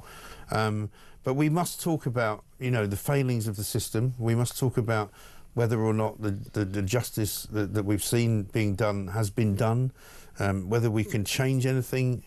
I'm not even sure what I want in this case, you know. I mean, I said yesterday I wanted him to be sentenced to a whole life sentence, and I thought that it would be good if the Prime Minister could have said, let's make an exception and not treat him as a juvenile. I don't know what you think about that. Tell us. Well, that's not legally possible. You can't change the law after the event. It's called retrospectivity, and it's not allowed. You can only be sentenced according to the law of the land at the time that you were committed the crime, and so that's just a basic principle which applies to everyone. That you. But isn't everything changeable though, Chris? I mean, the point about the law surely is that the law is a movable feast, and I've made this point before that, you know. I appreciate that people like you will never want the politicians to interfere in the process, because that would be possibly a bad precedent to set. But surely there must be exceptions that can be made, no? Well, you don't need them, because the truth is that I'm not really sure why there is so much focus on the difference between 52 years as a minimum, remember, in prison, and there's absolutely no guarantee whatsoever that he would be released age 70, and indeed the judge was of the view that that was unlikely when he sentenced yesterday. So the reality is that you're kind of splitting hairs between 52 years or maybe 62 or 67. Really, once you get to that many years into the future, I for an 18-year-old, I really don't think it makes any significant difference. And for me, at the beginning of when you introduced this piece, you said, well, I don't really know what to say about this, and I don't really know how to feel about this. And obviously that's rare for you, but it's also rare for me, because My genuine view is that the only thing that matters is the memory of those beautiful children that we've seen so many times who were taken away from their families and whose future was extinguished. And I think the only thing that matters to me is how we learn lessons to make sure that if we can, we avoid other families. Absolutely. Listen, and I'm very conscious of not wanting to make a kind of political point or, just to make radio or television shows, you say things that, might inflame other people. I'm really conscious of that, and I don't want to do that. But I do think that people are concerned because one comment that I heard yesterday, and I think it was somebody made it on Times Radio, is that, there will be people who are not yet born who might end up on a parole board in about 40 years' time, who might say at some point or other, this guy can be released because now he's okay, albeit 52 years down the road, And I know that that's a long way off, and I know that you say it doesn't really matter, but it's sort of, can you not show that picture, please? I don't want to see it. Get rid of it. I don't want to see it. You know what I mean? There are still possibilities that could happen. I mean, when we look at, for example, the Nottingham story, and this is why people were concerned, Valdo Calacane, the killer of two beautiful young students and an elderly man, he's going to be possibly available to be released because somebody will, psychiatrist-wise or otherwise, will say he's fine and now he can come out. And I think, most people, I think, quite rightly will say that this character should never be released. And at the moment, because of the way that he was sentenced, albeit he's been sentenced for a long time, he could still technically come out of jail. Yeah, I know, but I don't see why that's so much of a focus, because almost every murderer, with the exception of about 60 or so in the system, almost all of them will come out one day, whether they're child murderers, whether they're murderers of adults. And that's a conversation as a society that we can have as to whether we want to have life without parole or whole life sentences for hundreds or thousands of killers, which it would be the situation that they have in the United States, where they have thousands and tens of thousands of people serving life without the possibility of parole or a whole life sentence. If we want to go that way, yes, but my preference would be that we focus on learning lessons. Let's see what we can learn from someone like this and his history, because the only value that we have from this terrible tragedy is lessons that we learn for the future. Looking backwards, looking to sort of just feel better about ourselves or to have some sense of vengeance, I don't think that helps the next generation of children. See, I'm not talking from a sense of vengeance. I just think that there are some people, and he is one, and they're a very small number of people, not very many. In your career and mine, you could probably count them on one hand, certainly on two hands, the kind of evil that he perpetrated on the world. And I don't think society would be worse off if we made a decision to say that, look, in certain circumstances, people who are this awful and this evil should never be released, and I don't think our justice system would be worse off for that. But we have made that decision. It's just that we have made that decision, but not in this case. That doesn't apply to children when they commit. Right. But he wasn't a child, was he? He was 17. He was 13 days shy of an 18-year-old's birthday. He's not a child. He's allowed to vote in Wales. In Wales, where he was born, he's allowed to vote. So he's not a child. He's allowed to have sex. He's allowed to join the army. You may not agree with it, but the fact is that he is treated, to all intents and purposes, in Wales as an adult. Yeah, but Mike, you just mentioned I have 4 children, you have 4 children, I have 2 stepchildren as well. My youngest son is 10. We know that under 18s are fundamentally different in their development to over 18s. Yeah, we do. And in fact, it's not just 18, because it's not a magic number. The truth is that many individuals don't reach any... I mean, let's not speak about ourselves, but many individuals don't reach a sense of maturity until they're well into their 20s. Listen, I didn't mature till I was 56, as I'm told by the mother of my children. The point is, though, that legally speaking, if you are given the right to vote, if you are given the right to join the army, if you're given the right to get married, then surely you should be given the same treatment as an adult if you commit a crime. Well, I'm not sure where you brought Wales out of the picture from, because he was in Southport, which, as far as I know, well, he was England. Born in Wales, that's why. Well, I know, but the events took place in England, so I don't know.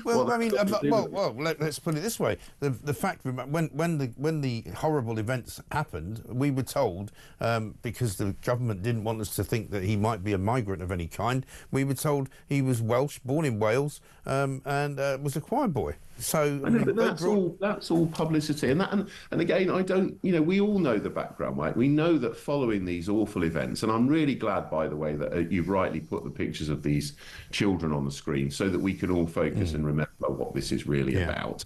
But you are right that, sadly, following on from these tragic murders, society decided to explode, and we had all of these riots where huge amounts of damage, injuries and so forth were caused. And that does come back to politicians and commentators and journalists and social media posters, deliberately inflaming the situation instead of standing back and looking to pay tribute to the children, to pay calm tribute to their lives. People went out on the streets and started smashing things up. Yeah, but you know why that happens, Chris? Is because people get sick to death of paying tribute to children and victims.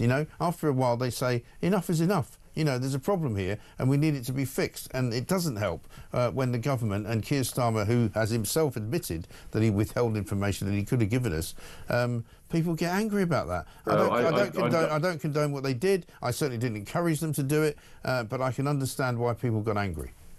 Of course, everyone can understand why people got angry, but it's not for the Prime Minister to release information about an ongoing criminal investigation to the public, because actually, Michael Mansfield, who's a very estimable barrister, as I'm sure you'd agree, agrees with me that Starmer would have been better off if he'd released a bit more information than he did.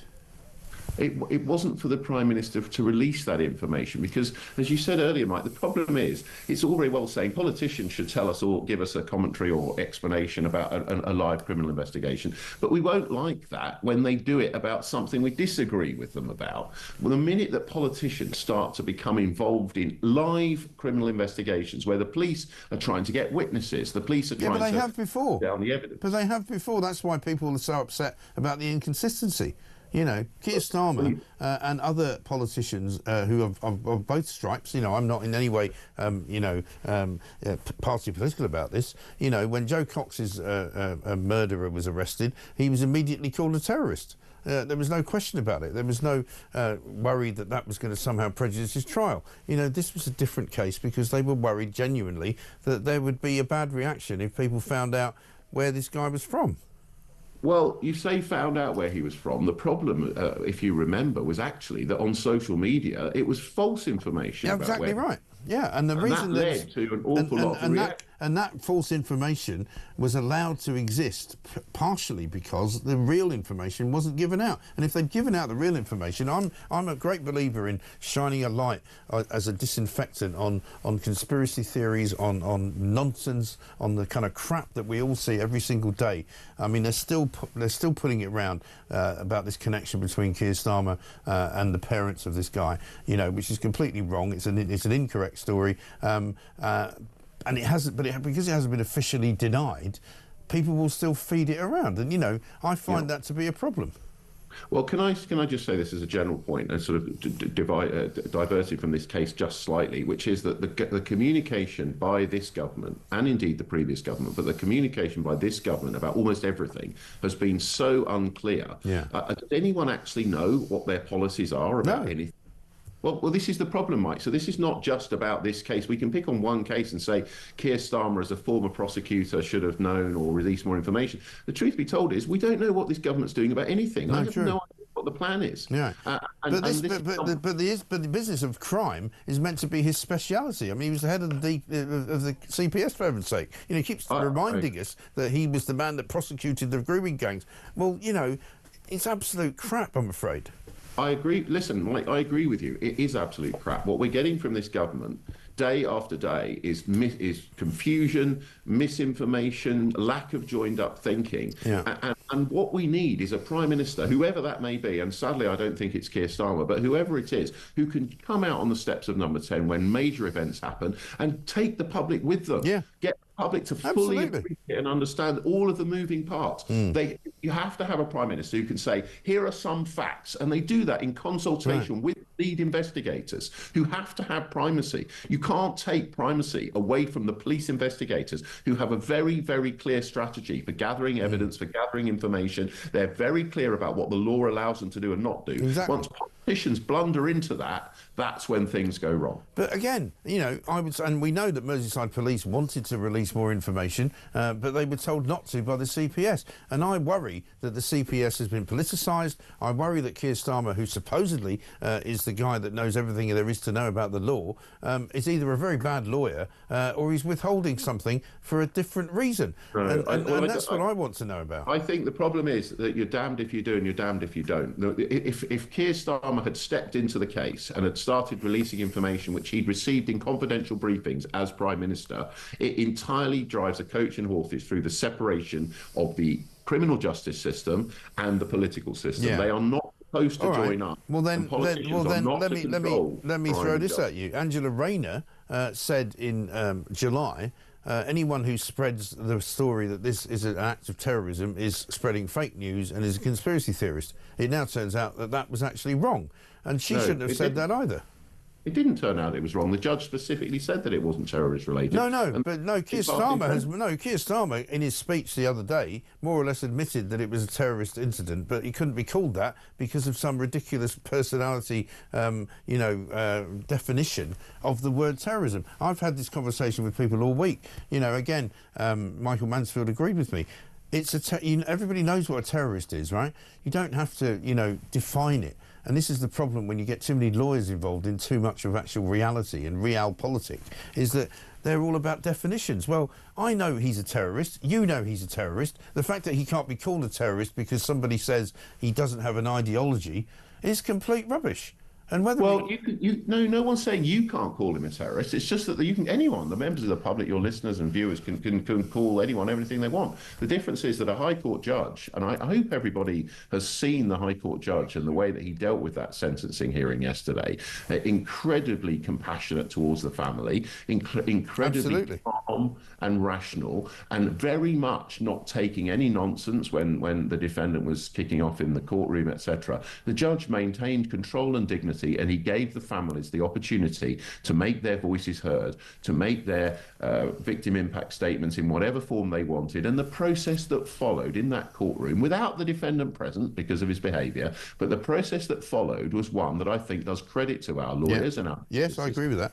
And I think anyone who's been watching any of these high-profile cases and the judges' sentencing in the last year or two since it's been allowed will agree that the judges are doing a good job of communicating what the public and what the families feel about these cases. And the judge, of course, has to follow the law. We can't have a situation where a judge in an individual case decides to rip up whatever the law says because it doesn't quite suit the narrative of the media or public anger at any one time. That's exactly what courts are there to avoid. They are there to apply the law faithfully, and if anyone But again, Chris, you know as well as I do, and you're absolutely, I agree with everything you're saying, but I also know, as you do, that the law is a movable feast, and that the law can change. The law can be changed and changed either by statute or by case law or by whatever happens, and so it's constantly moving. So it's never static, right? And what I think have now all learned and agreed is that to have such a tight and kind of straight-jacketed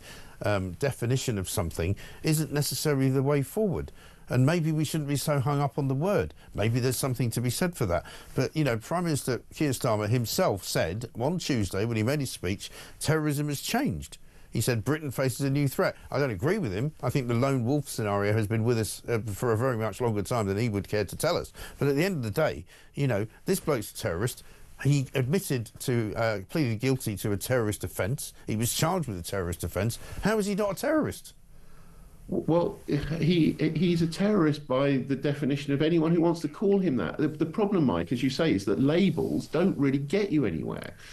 So what? Why are we arguing about the terminology here? What we should be arguing about is why was a 12-year-old child ringing Childline saying, I'm going to kill or I want to kill another child? Yeah. Why was that happening? And why didn't someone intervene when he was 12? Right. Because 5 years later, he goes on to commit these terrible murders. And to me, there's the real sort of question that we need to be asking is how someone can raise that many alarm bells and still go on to commit crimes like this. Yeah. That, for me, is where we should focus every bit of our attention, because as a father of children and as a member of our society who doesn't want to see a single child, whoever's child they are, harmed in any way, shape or form. What I care about is protection of our children for the future and proper and solemn memorial for those children who tragically died to support their families. Let's not get into a tit for tat about language. Let's focus on child protection because that's what our society so badly fails to achieve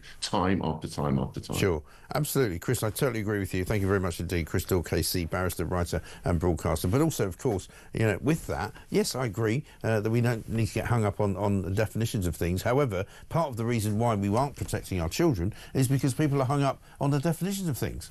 See? It's not easy, is it? 7:54.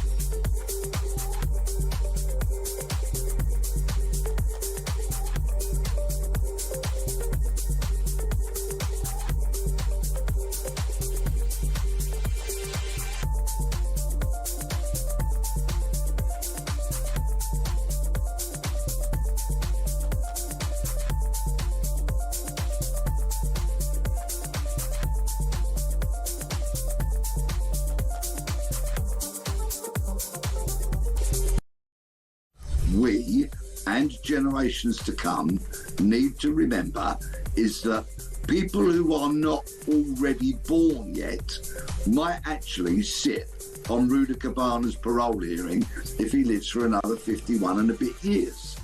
So people will have to be reminded of the absolute murderous reign of terror that he committed in that dance school that dreadful morning.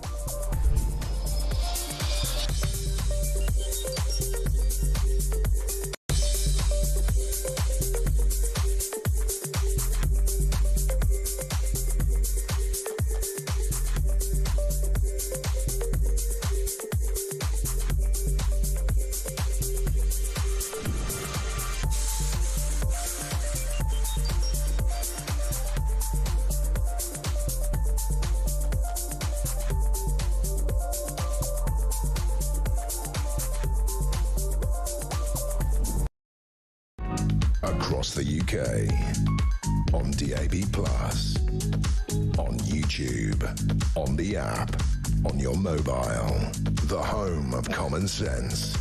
This is Talk.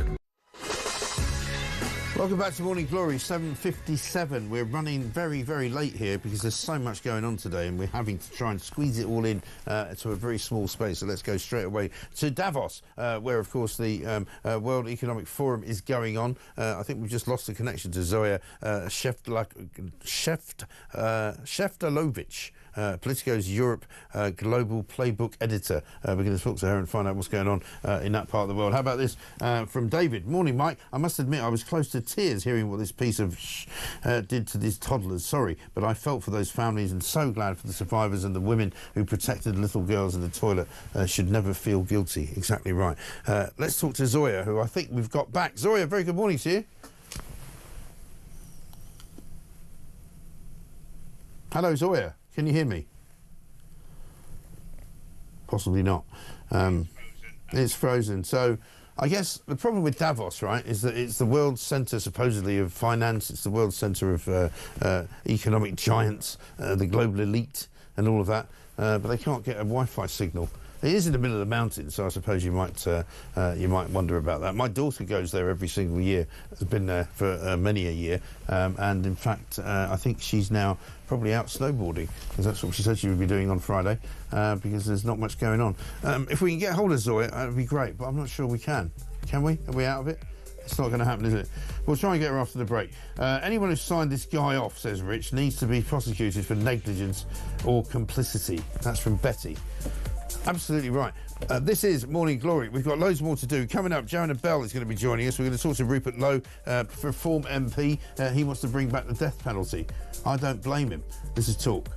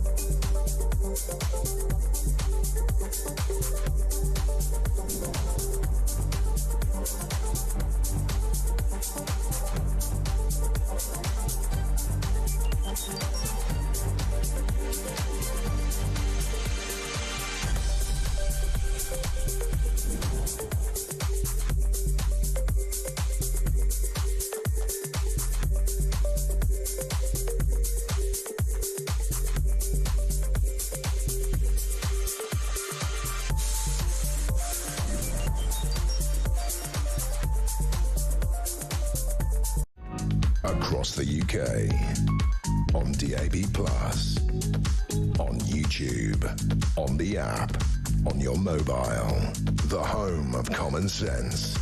This is Talk.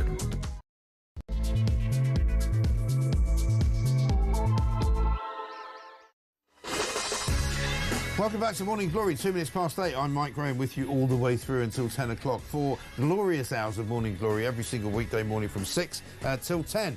Coming up at 10 o'clock, it's Russell Quirk. He's in for Alex Phillips, who's still, I think, recovering from the inauguration of Donald Trump on Monday. We'll talk a bit about Donald Trump. He addressed the audience in Davos yesterday.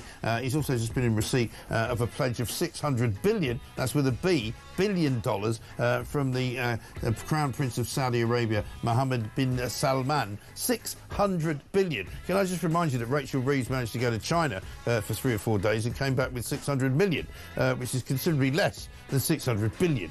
America's economy is absolutely going bombastic. Incredible stuff. We're obviously talking this morning about the tragic awful, ghastly story of what happened in Southport, the sentencing yesterday of the monster who killed the 3 beautiful girls who have been very much in our thoughts for the best part of the last year, really. And I'm not going to mention his name. I've taken that decision. We're not going to put his picture up anymore. I've taken that decision. And so you will not see this monster on this show for the rest of time. And you will never hear his name. And for me, that is the best way to go. Let's get a voice note from James. Good morning, Mike. And my heart goes out to all those 3 beautiful children who lost their lives thanks to that absolute disgusting piece of monster. And also, Starmer, he has to resign now, Mike. I'm sorry, but he knew this information.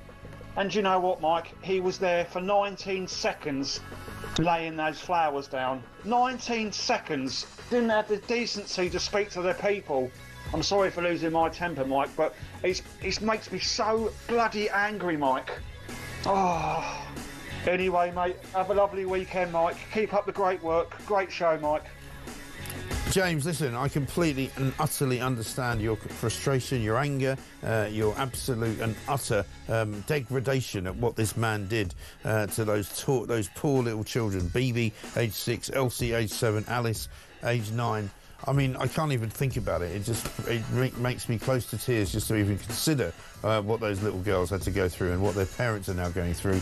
It's so disgusting. I don't know what to say. See, this from David saying, I must admit I was close to tears hearing what this... Oh, sorry, I've done that one. If a prisoner refuses to go into the dock, says Alan in Merseyside, add 2 years to his or her sentence, and if you are sent from the dock causing disturbances, add another 2 years. Every time that would mean Axel would have been given another 6 years. Yeah, it would have been. I don't know what you do about that. We haven't really spoken about that particular problem. He was removed from the court in the morning session because he claimed that he wasn't feeling well and he was shouting and being terribly disrespectful to the families who were there to see justice being done. And he never did come back, so that when he was actually sentenced in the end, he wasn't there. I don't know how you deal with that. Let's get a voice note from Liam, who says he's on the beach. Good morning, Mike. Liam in Folkestone here. As you can see, the winds are picking up. If there's one good thing to come about, we're not going to see any crossings today. Keep up the good work, mate. And that is, of course, because of Storm Eowyn, which apparently is going to bring winds of over 100 miles an hour to these shores. They've already been recorded at 114 miles an hour. Some maniac has sent me a tweet that says, you're talking absolute rubbish. That's not a record. 114 miles an hour is not a record. We had winds of 173 miles an hour in 1986. Yeah, I think you must have been on some kind of acid trip, matey, because I don't remember that. And I was around in those days, in 1986. There was no way winds of 173 miles an hour. If you could prove me wrong, then by all means do so. But if you are out and about, do be careful because the winds are going to be pretty bad. Coming up, we're going to go live to Davos. We're going to speak to Politico's Europe Global Playbook editor, Zoya Sheftalovich. And then we're going to speak to one of our favourite political journalists, Joanna Bell, to get the latest from her on Rachel Thieves and the U-turn she's just made about non-doms. This is Morning Glory. Let's get it on. Very traumatic day yesterday, says Matthew, but to top it all, we find out that after they laid their wreaths in Southport, Starmer and co went and partied at number 10 with a load of lefty celebrities. There are no words. It isn't good, is it? Let's go live now to the land of the snow, because it has been snowing in Davos, and it has been, of course, the centre of attention for much of the global financial business this week. Although Donald Trump wasn't there, none of the big tech entrepreneurs were there. They were all in America. Keir Starmer didn't go, but still, there were things discussed that we need to talk about. Zoya Sheftalovich is here. Zoya, very good morning to you. Good morning. My apologies for the connection issues. When you've got 3,000 people in a tiny Swiss town all trying to connect to the internet in the morning, you have some problems. Yes, absolutely. Listen, it's not your fault, and I completely and utterly pardon you for that, because that's the thing that goes on these days, isn't it? You get pardoned for anything that you do. So what's it been like? Because I'm hearing, we saw David Beckham turned up there the other day, and I suddenly thought to myself, has the kind of the peak, I suppose, period for Davos and the world's global elite kind of passed? I wonder if it's no longer really the place to be that it used to be, maybe 10 years ago. We did see David Beckham on the ground here at Davos. Celebrities have always been a pretty key feature. Mel B was also here in town, will.i.am, and all sorts of other US and Brit celebrities. Yeah. But there were some high-level politicians as well. And while Trump didn't come in person, he did beam into the World Economic Forum Congress Center on Thursday in a pretty interesting address that he delivered to the crowd. In terms of whether it's changed over the past 10 years, I think probably some of the sheen has worn off because there is this idea of like it is for, it's an elite place. It's difficult to get to. It's the middle of winter. That's not by accident. So there is this kind of anti-elite sentiment. But that being said, I wouldn't be surprised if Trump comes next year. There was definitely a lot of appetite to see him yesterday. The queue to see him in the Congress Hall, even via video address, went out the door and up the stairs. So it was he's a popular fellow for the folks here in Davos. Well, he's box office, isn't he? And I guess at the moment he is kind of he's the main man, because this is the week that he suddenly got back the presidency in the White House, only the second person in the history of the American presidencies to do so. He was quite bombastic, was he not, about the European Union, about Canada as well, and just generally he was a very different Donald Trump, I suppose, from the one that might have addressed Davos 8 years ago. He was, and actually there was an interesting ray of sort of sunshine for the Europeans. Sometimes Trump says that he hates Europe. Yesterday he said that he loves Europe. So I think that was something that people who are desperate for some little sign of him softening against the EU are looking for. That was greeted with some relief. He did also say some things about the war in Ukraine. He seemed to blame Putin for the war and indicate that he was going to be pushing hard to make Russia end the war. So I think there was stuff in his speech that people really wanted to hear. And there was also obviously a lot of bombastic. You mentioned earlier that he managed to get $600 billion from the Saudi crown prince. He said yesterday in his speech that he'd like him to round it up to $1 trillion. So that sort of classic Donald Trump lines. There were plenty of those too, where he was doing a deal on the stage of Davos. Absolutely. And I think he took advantage of the situation. There was a couple of American banking executives there as well, and he had a go at the debanking of conservatives. Have a look at this. By the way, speaking of you, and you've done a fantastic job, but I hope you start opening your bank to conservatives, because many conservatives complained that the banks are not allowing them to do business within the bank, and that included a place called Bank of America. They don't take conservative business, and I don't know if the regulators mandated that because of Biden or what, but you and Jamie and everybody, I hope you're going to open your banks to conservatives, because what you're doing is wrong. Well, that was something that was a thing of the past, wasn't it? Because a lot of the banks who did go a little bit woke and who did sort of say that they were no longer going to be representing certain people, that wouldn't accept bank accounts for certain people, but they've all now abandoned the whole DEI policies, haven't they? Wall Street, JP Morgan, Goldman Sachs, they've all said, come back to the office, no more working from home, no more nonsense about diversity, let's just go back to basics. I think with anything, there are these trends. There was a trend towards that kind of more left-leaning executive culture. Now it's coming back into the opposite direction. I think ultimately these are businesses. They have shareholders. They're all about the profits, and they'll go where the profits are. And they clearly sense that the wind is blowing in a particular direction. That direction is Donald Trump's way, and I think they're falling into line. They are businessmen after the bottom line and businesswomen after the bottom line, and that's what they're doing now. Yeah, absolutely right. Listen, Zoya, great to talk to you. Thank you very much. We'll leave you to go back to the snow and the snowboarding and the skiing, and hopefully some lavish parties if you can get to them. Zoya Sheftelovich there from Politico. She's the global playbook editor over there in Davos. Just a bit of breaking news for you. Flights from Glasgow and Dublin have been cancelled. Schools in Northern Ireland and parts of Scotland have been closed as well. We'll keep you updated on all of that weather-related stuff. Let's get a quick voice note from Sam. Great show. So what Trump's doing, Starmer should take a lesson.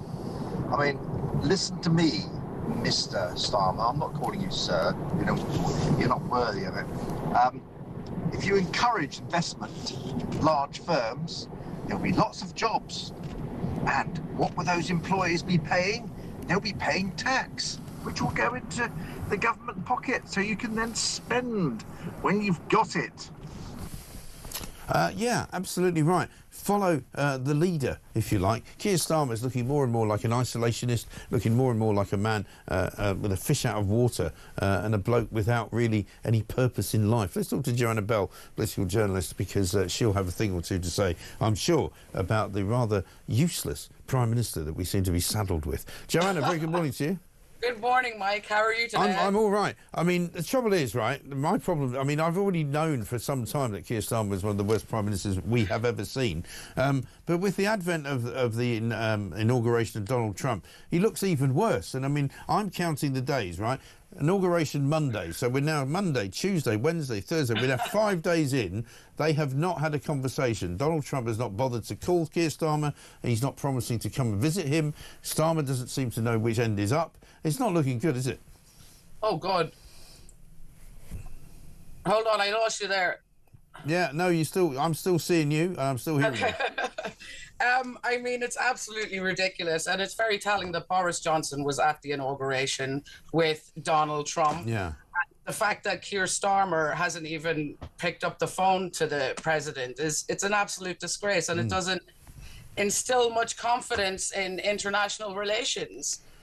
It really doesn't, and it makes Britain particularly look like a second-rate country, doesn't it? Because we're supposed to have the special relationship, and yet Keir Starmer was not invited to the inauguration. Giorgia Meloni was, from Italy. The President of Argentina was. The President of Brazil was. You know, so we're already behind the eight ball. He's not even in the top 10 of countries that Donald Trump wants to talk to. Yesterday, he had a conversation with the Crown Prince of Saudi Arabia, Mohammed bin Salman, in where we extracted $600 billion out of him. Starmer's just looking more and more irrelevant, isn't he? Well, he is irrelevant. The UK has dwindled. It's not the great power that it once was, and you know we're an international laughingstock, Mike. I'm afraid to say that you know the decisions that have been made in the last few months since Labour took power have made the country a laughingstock, and there's no other way to get out of it than having a general election. Yeah. Well, I think that, you see, I've been saying this, and people think I've gone completely mad and insane, but I've been saying since July, something will happen, something cataclysmic, and it might well be that it's the grooming gang story, or it might well be that it's now this horrible situation in Southport and the killer of those three beautiful young girls. But something cataclysmic, I believe, will affect Keir Starmer's premiership to such a degree that he has to resign and they have to have an election. I don't know what it's going to be, I just feel it in my bones. I feel it should have happened already. I mean, I think that these things are cataclysmic. Although you can't say, what's the alternative to Keir Starmer? Kemi Badenoch? Because she was the one that was signed off a report to, saying that the Prevent scheme, which, referred the Southport killer 2 years previously, she, signed off on a report that said it was going to alienate communities. Yeah. So what is the alternative to Keir Starmer? Well, I think it's still Nigel Farage and reform. We're going to speak to Rupert Lowe coming up next after you, who is calling for the death penalty for this guy, and who speaks the sort of language that an awful lot of people in this country understand. But you made the point that, Keir Starmer wasn't invited to the inauguration, but neither was Nigel Farage, who's meant to be very good friends with Trump. Well, he was there. He just wasn't inside the rotunda, but he was invited. He was at part an awful lot of the things that went on. But there's obviously a bit of trouble in China, isn't there between Elon Musk and Nigel Farage? Well, massively, and Musk obviously has Trump's ear. I think, and as much as I respect Nigel Farage for what he's done, I really don't think he is the man to bring reform forward. He is tainted in this country, and I don't think the people really want to vote for him. So I think reform should keep Nigel Farage perhaps as a chairman and maybe put someone else as the leader. Yeah, it's funny that a lot of people are saying that now. I mean, I don't agree with you. I think Nigel's still the man to lead the party, and everybody that I know in the party says that. But the more that people talk about that, politics is a funny game, isn't it? He doesn't. I don't think Nigel Farage has any solutions. I mean, he attacks the opposing parties, but I haven't heard of any strong policies that he's endorsing. Yeah. Yeah, well, you know, it's interesting. We'll have to see how it goes. Listen, we haven't got a lot of time this morning. We'll have to get you back on soon. Joanna, thanks very much indeed. Joanna Bell, political journalist there, with her take on the ridiculous isolation that Keir Starmer happens to now be feeling. It's almost as though he's not a very important man. It's almost as though nobody cares what he thinks. It's almost as though he's the representative of a country that has seen its best years and is now kind of in decline. It's almost as though he's driving us over a cliff, isn't it? Let's talk to Rupert Lowe. He's going to come up next. He's a man who, in fact, many people think ought to be leading reform. I'm not even going to ask him that question because he knows that he doesn't want to lead reform. I disagree with what Joanna just said. I think Nigel Farage is the man. I think he's the only man to lead reform, and I don't agree with this idea that he's somehow tainted now because he's fallen out a little bit with Elon Musk. I just don't get that at all. Bit of breaking news for you, as I say. The weather has meant that flights from Glasgow and Dublin airports have been cancelled. Schools in Northern Ireland and parts of Scotland have also been closed. And one from Jennifer says this: "Morning, Mike. That is disgusting. The Prime Minister having a party after he visited and laid a wreath at Southport. There's a time and a place, and that was not right. Absolutely and utterly disgusting." And one here about Southport as well. "My daughter works in preschool nursery and called police on Tuesday to report 2 suspicious men lurking outside the nursery. Guess what? The police did nothing. It will happen again until the authorities change their ways." That is not good news, is it? That is not the kind of thing you want to hear. This is, of course, Morning Glory. It's 19 minutes past 8. We'll be back with Rupert Lowe after this.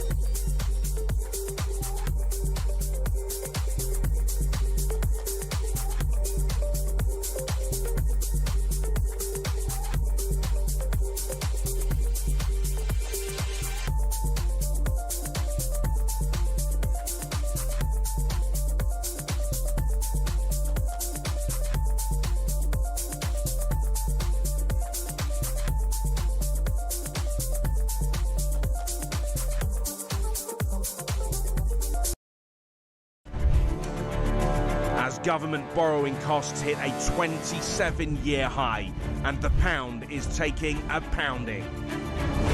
Gloomy economic data is expected to show inflation and growth are off course. Let me ask again, and can you please be clear, will Rachel Reeves be your Chancellor for the duration of this parliament? Rachel Reeves is doing a fantastic job. She has my full confidence, and she has the full confidence of the entire party. Can Rachel Reeves hold on as Chancellor?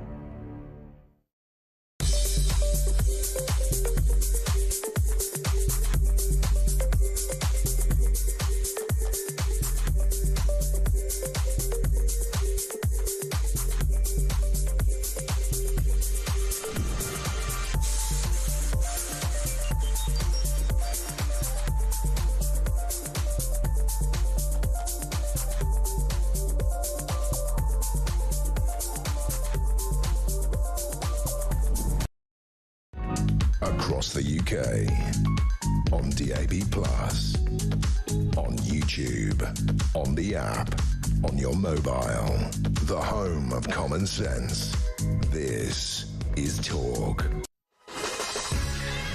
Welcome back to Morning Glory. I'm Mike Graham, 23 minutes past 8, and we are here, of course, until 10 o'clock. Russell Quirk will take over from then. The front page is full of the pictures of the three incredibly beautiful young women, young girls who died at the hands of the monster of Southport. Baby 6, Elsie 7, Alice 9, left, and the families of those children left with shattered souls, it says on the front page of the Daily Express, by the sadistic actions of the Southport killer. I'm not even going to get into what we found out yesterday from the sentencing hearing of how badly injured those children were by this ghastly individual. Julia says this, morning Chief, Julia from Lim. I wrote to my MP yesterday saying that we should have a law removing killers' names and photos from the public view after sentencing, and you have already done it, because if you've just joined us, I've been asked earlier on in the show not to mention this bloke's name. I'm not going to do it, and we've also asked our producers not to put his picture up, because I don't think we should. Nicola from Norfolk disagrees. She says, morning Mike, although I totally understand the sentiment about not speaking the Southport killer's name or showing his photo, I disagree. As Peter Blexley rightly said yesterday, most of us who are here today will not be alive when he comes up for parole, and those who will be on the parole board probably won't be born yet or are tiny children. The enormity of what he has done and who he is must not be consigned to the dustbin of history. I get that. I do get that. We're going to talk to Rupert Lowe in a moment, from MP for Great Yarmouth, for reform, of course. He's actually calling for the death penalty to be reinstated for these kinds of cases. Let's get a quick voice note from Elaine. Morning, Mike. About this guy that's committed these horrendous crimes, I really do think that they should bring back the death penalty, especially when they know that they've got the right person. I know you're not in favour of it, but I am, and why should the taxpayer pay out for someone like him? It's just awful. Good show. Bye for now. Elaine, listen, thank you for your thoughts. Listen, I'm not going to dissuade anybody from having those thoughts, and Rupert Lowe, who I'm about to say good morning to, morning Rupert, is about to say probably something similar. Let's hear his reasons and find out why he thinks that. It's a perfectly legitimate debate to have, I think. Rupert, very good morning. Morning, Mike. How are you? Nice to be on your show. Yeah, very good to see you. It's not often I have to correct you. I didn't actually call for the death penalty. I called for a debate on whether or not the death penalty should be restored in exceptional circumstances like this one. Yeah. So I think it is time for a national debate on this. This is an example of the malaise that Britain's currently suffering. And this is also a failure of multi-government departments and quangos who, as you and I know, as soon as something goes wrong, Prevent being an example of one, that they should have picked this up if they were doing their jobs properly. There are other people who should have picked it up, not least the father, who I did post about. I mean, if you're living with somebody like this, don't tell me when you look at his bedroom you can't work out that there isn't something wrong. So and also a week before this event, he called him and pulled him out of a taxi because he believed he was on his way to a school to massacre a load of school children. What the hell was he thinking? Why did he not call the police at that point? Yeah, so look, there's in my view, I said it in Parliament, there's blood on the hands of some of these agencies, and you and I know they run round in ever-decreasing circles and blame each other. And none of them are held to account, which is disgraceful. I mean, my view on this, totally, Mike, and I think we've got to go back to the grooming gangs, which, as you know, my team and I kicked this off again when we read the transcripts of some of those court cases. It's rather like, the human body, when it's not functioning properly, you get a sore tongue. And I think the grooming gangs are the sore tongue of Britain, showing us that as a country we're out of sorts. Yeah. I mean, since I blame, I'm afraid, Tony Blair and his mob, who were elected, as you know, in '97 after John Major's relatively short but disastrous 4 years in power. So they undermined the British Constitution. They're the ones who, as you know, Cherie Blair is a human rights lawyer. Keir Starmer's fingerprints are all over this. He was a human rights lawyer in 2005. These people systematically undermined our Constitution, and I think in an attempt to cuddle up to Europe and create Britain as another sort of part of the European Union, they undermined our sovereignty by creating a fertile environment for mass legal and illegal immigration. Yeah. So this is where it kicked off. You then had Keir Starmer, who was Director of Public Prosecutions. His fingerprints are all over some of this stuff when he was running with Director of Public Prosecutions. Sadly, the Tories failed to deal with it when, either in the coalition where Cameron was in, or when Cameron had power, and then when May had power, and then when Boris obviously had his 80-seat majority, actually illegal and legal migration skyrocketed. So, I mean, we're out of sorts. I'm doing more work on this grooming gangs situation. I think it is a national scandal. It's, as I said, it's a stain on our history. Yeah. And, I think we must have a national inquiry with statutory powers. I'm doing and speaking to more and more whistleblowers. I've got one coming down to see me on my farm this morning. And if the government doesn't instigate this national inquiry that I think is now well overdue, it's my intention to play a part in ensuring we get a full documentary on this issue where the victims have a chance to actually tell us their story. And we can also learn more about the failures of the police, of local government, of local politicians, and almost every organ of the state, for whatever reason, whether it's a fear of racism, whether it's a fear of being called racist, whether it's a fear of, as we know, these Asian bloc votes. The first thing we need to do as reformers when we get in is to remove this ridiculous postal voting system and make it very difficult to vote by post unless you absolutely need to. Yeah. So there's lots of things we need to learn from this, and the country needs to cleanse itself of this stain on our history, and it can't do it unless it's fully exercised and the public actually understands what's happened. So I'm not going to let this drop. I think this is symptomatic of a hugely concerning malaise which Britain's currently going through, and we have to sort it out. Right.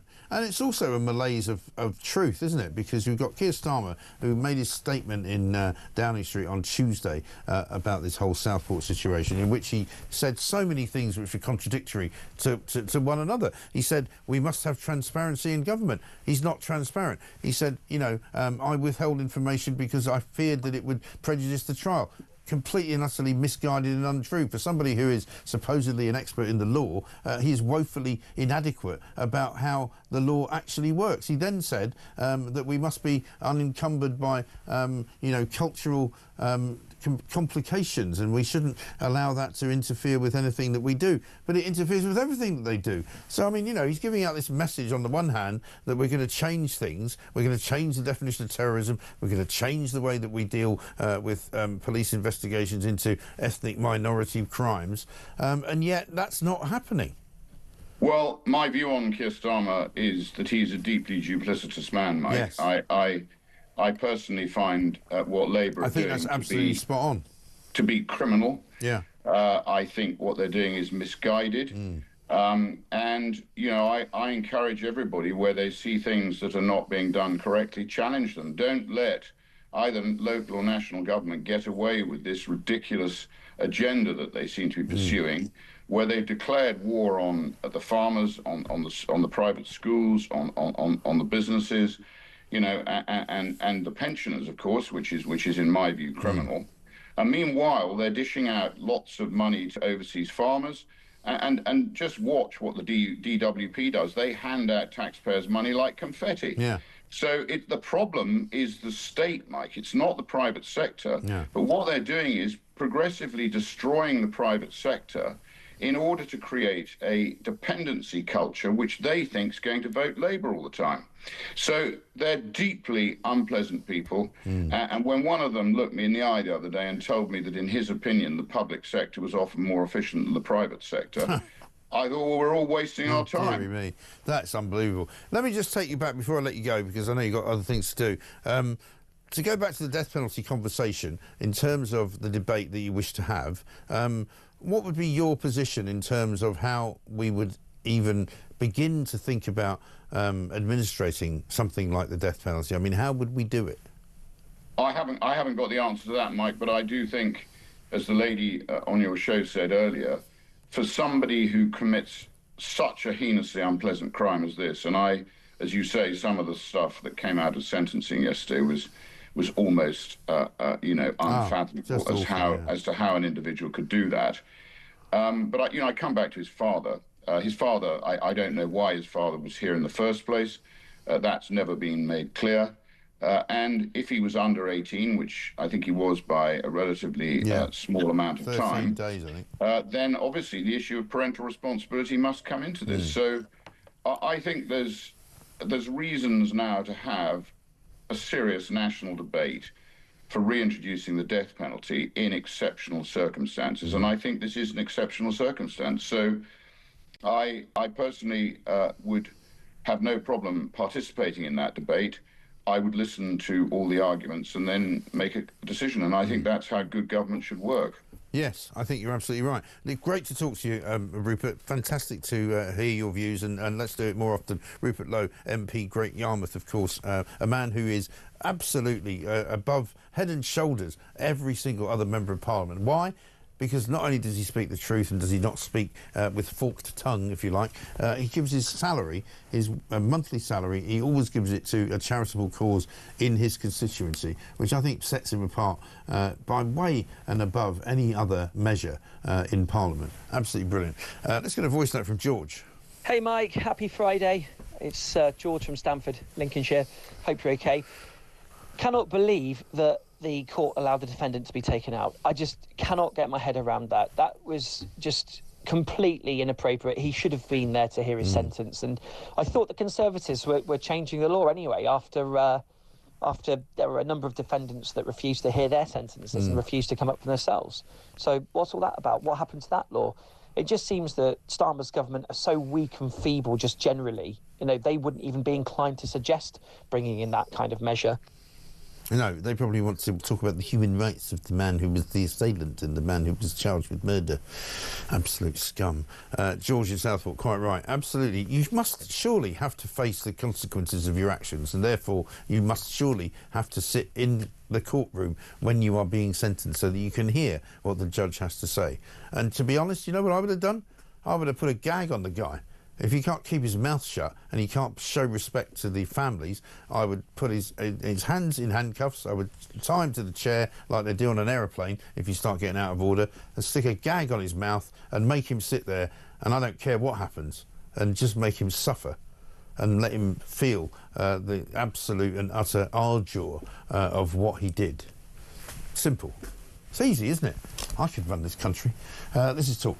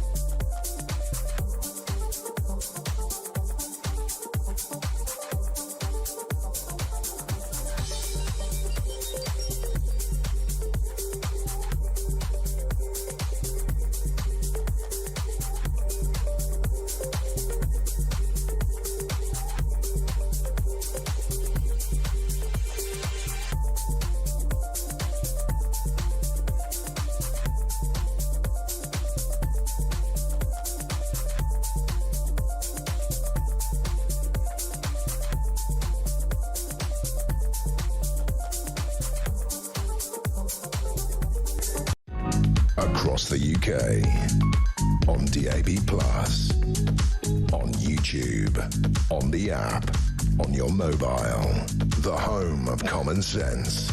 This is Talk.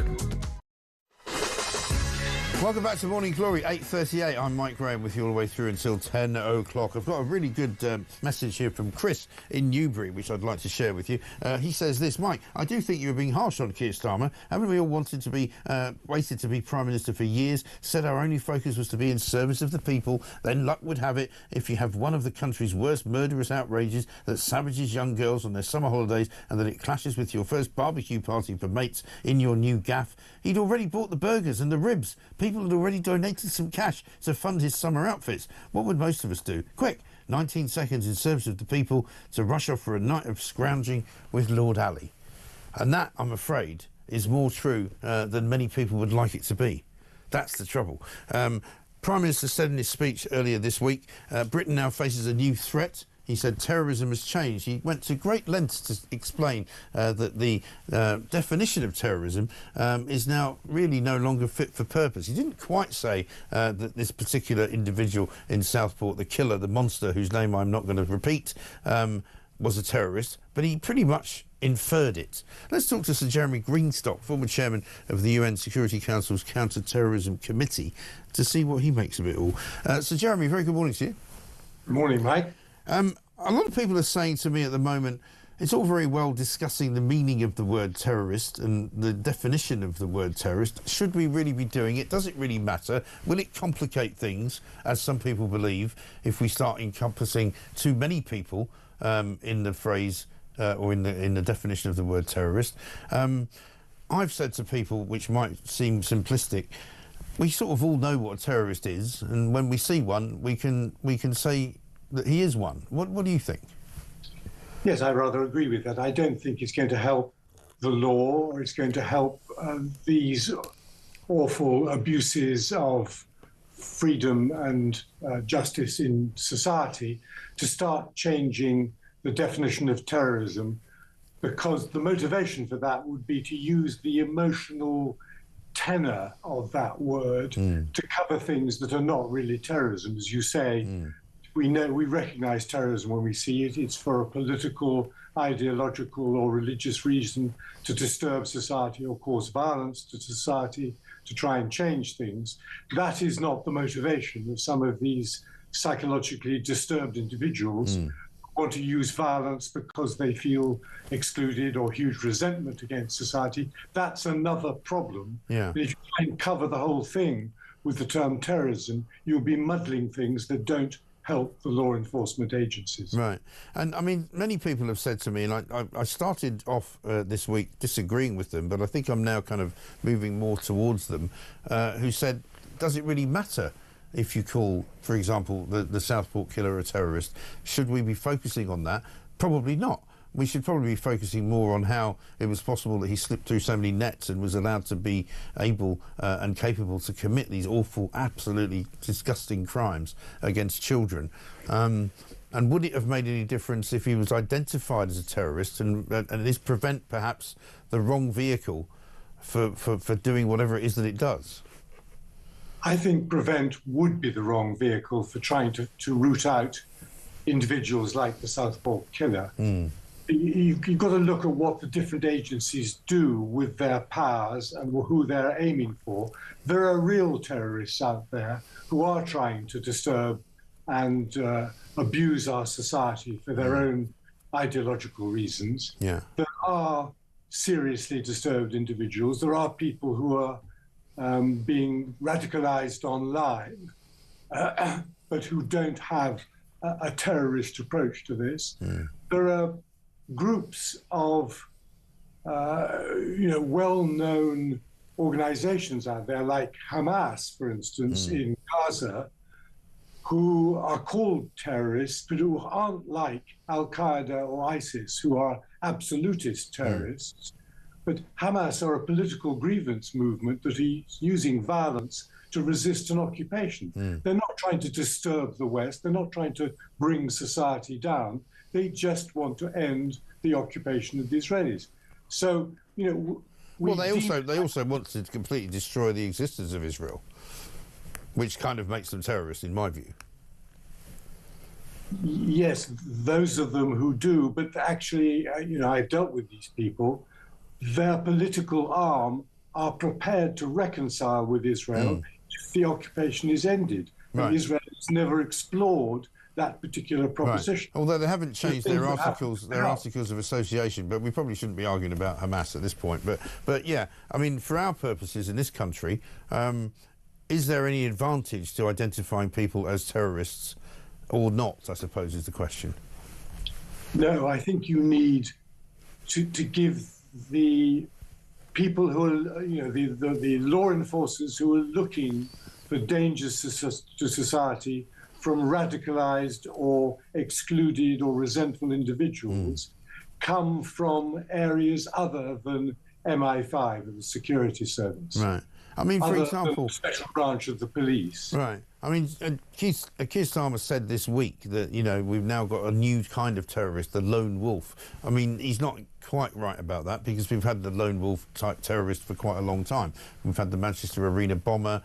We've had people operating in at the London Bridge, the second London Bridge attack. We've had all manner of, different situations around Europe, people driving cars into Christmas markets, that kind of thing. I mean, would you class those people as terrorists, even though they are working on their own, albeit that they're encouraged at least by some kind of ideology? Well, if they're being brought into an organisation through radicalisation that is committing or intending to commit terrorism, then there's a grey area there. That's what I mean. Yeah, but they're not. Look at the role of educators in this. Teachers will see people in the back of their classrooms who are beginning to go wrong. Who should they tell about that? Right. Who should they share that with? The grey areas that have to be covered between the different definitions of what we're talking about. But the different law enforcement agencies must talk to each other about these grey areas so you don't miss these people. But this is my question, I suppose, and maybe I'm not articulating it very well. I'm trying to say, is it necessary to identify them as terrorists, or should we have a completely new and revamped kind of system whereby we say, look, these are dangerous individuals who we believe will commit some kind of violent act, which could range from, blowing themselves up in Manchester Arena to stabbing a load of young girls in a dance class in Southport, and perhaps we're getting hung up on the terrorism thing, and maybe we need to rethink all of that, I suppose is what I'm saying. Yeah, I rather agree with that, because the digital world is changing society in various ways, and yet we're continuing to try and enforce the law and protect society through the older established institutions that we've got. There needs to be some reform of thinking in this and better stitching up the gaps between different law enforcement and public agencies to try and cover the new dangers that are coming out of the digital world. Yeah.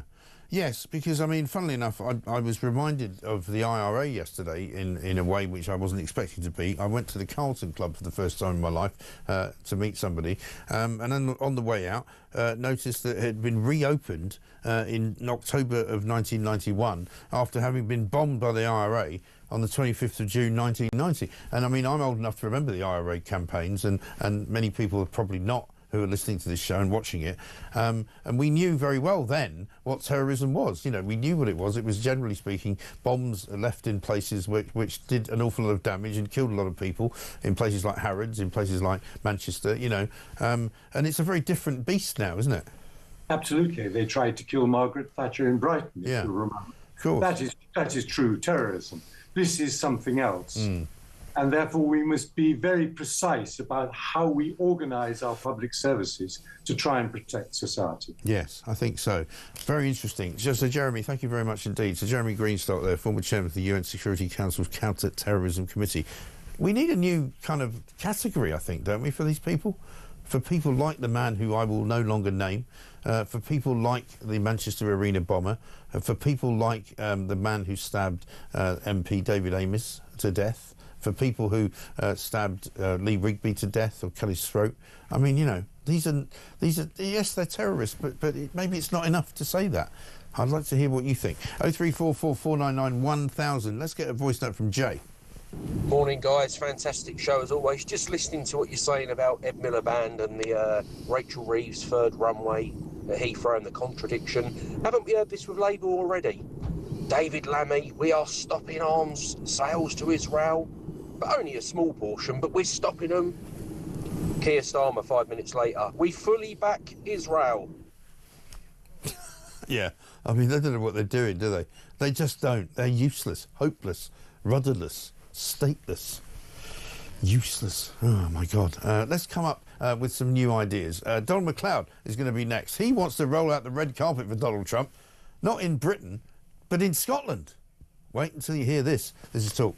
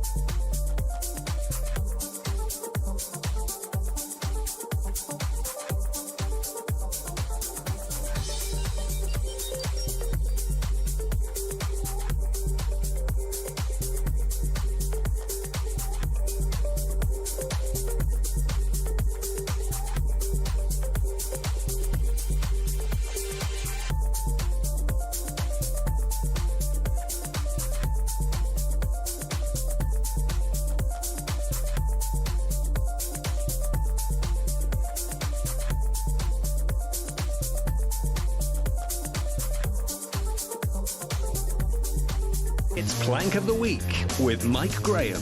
Good evening and welcome to Plank of the Week. I'm Mike Graham and this, of course, is Talk. I think he was shocked. You could see the genuine shock. I was like that. Sees the boats coming in. Right, let's have the women and children first. He went, oh, just you lads, is it? Yeah. He's been allowed to develop into this huge sort of problem for the BBC. Yeah. He'd love it, wouldn't he? He would love it. That's why we're not doing it. That's why we're not doing it.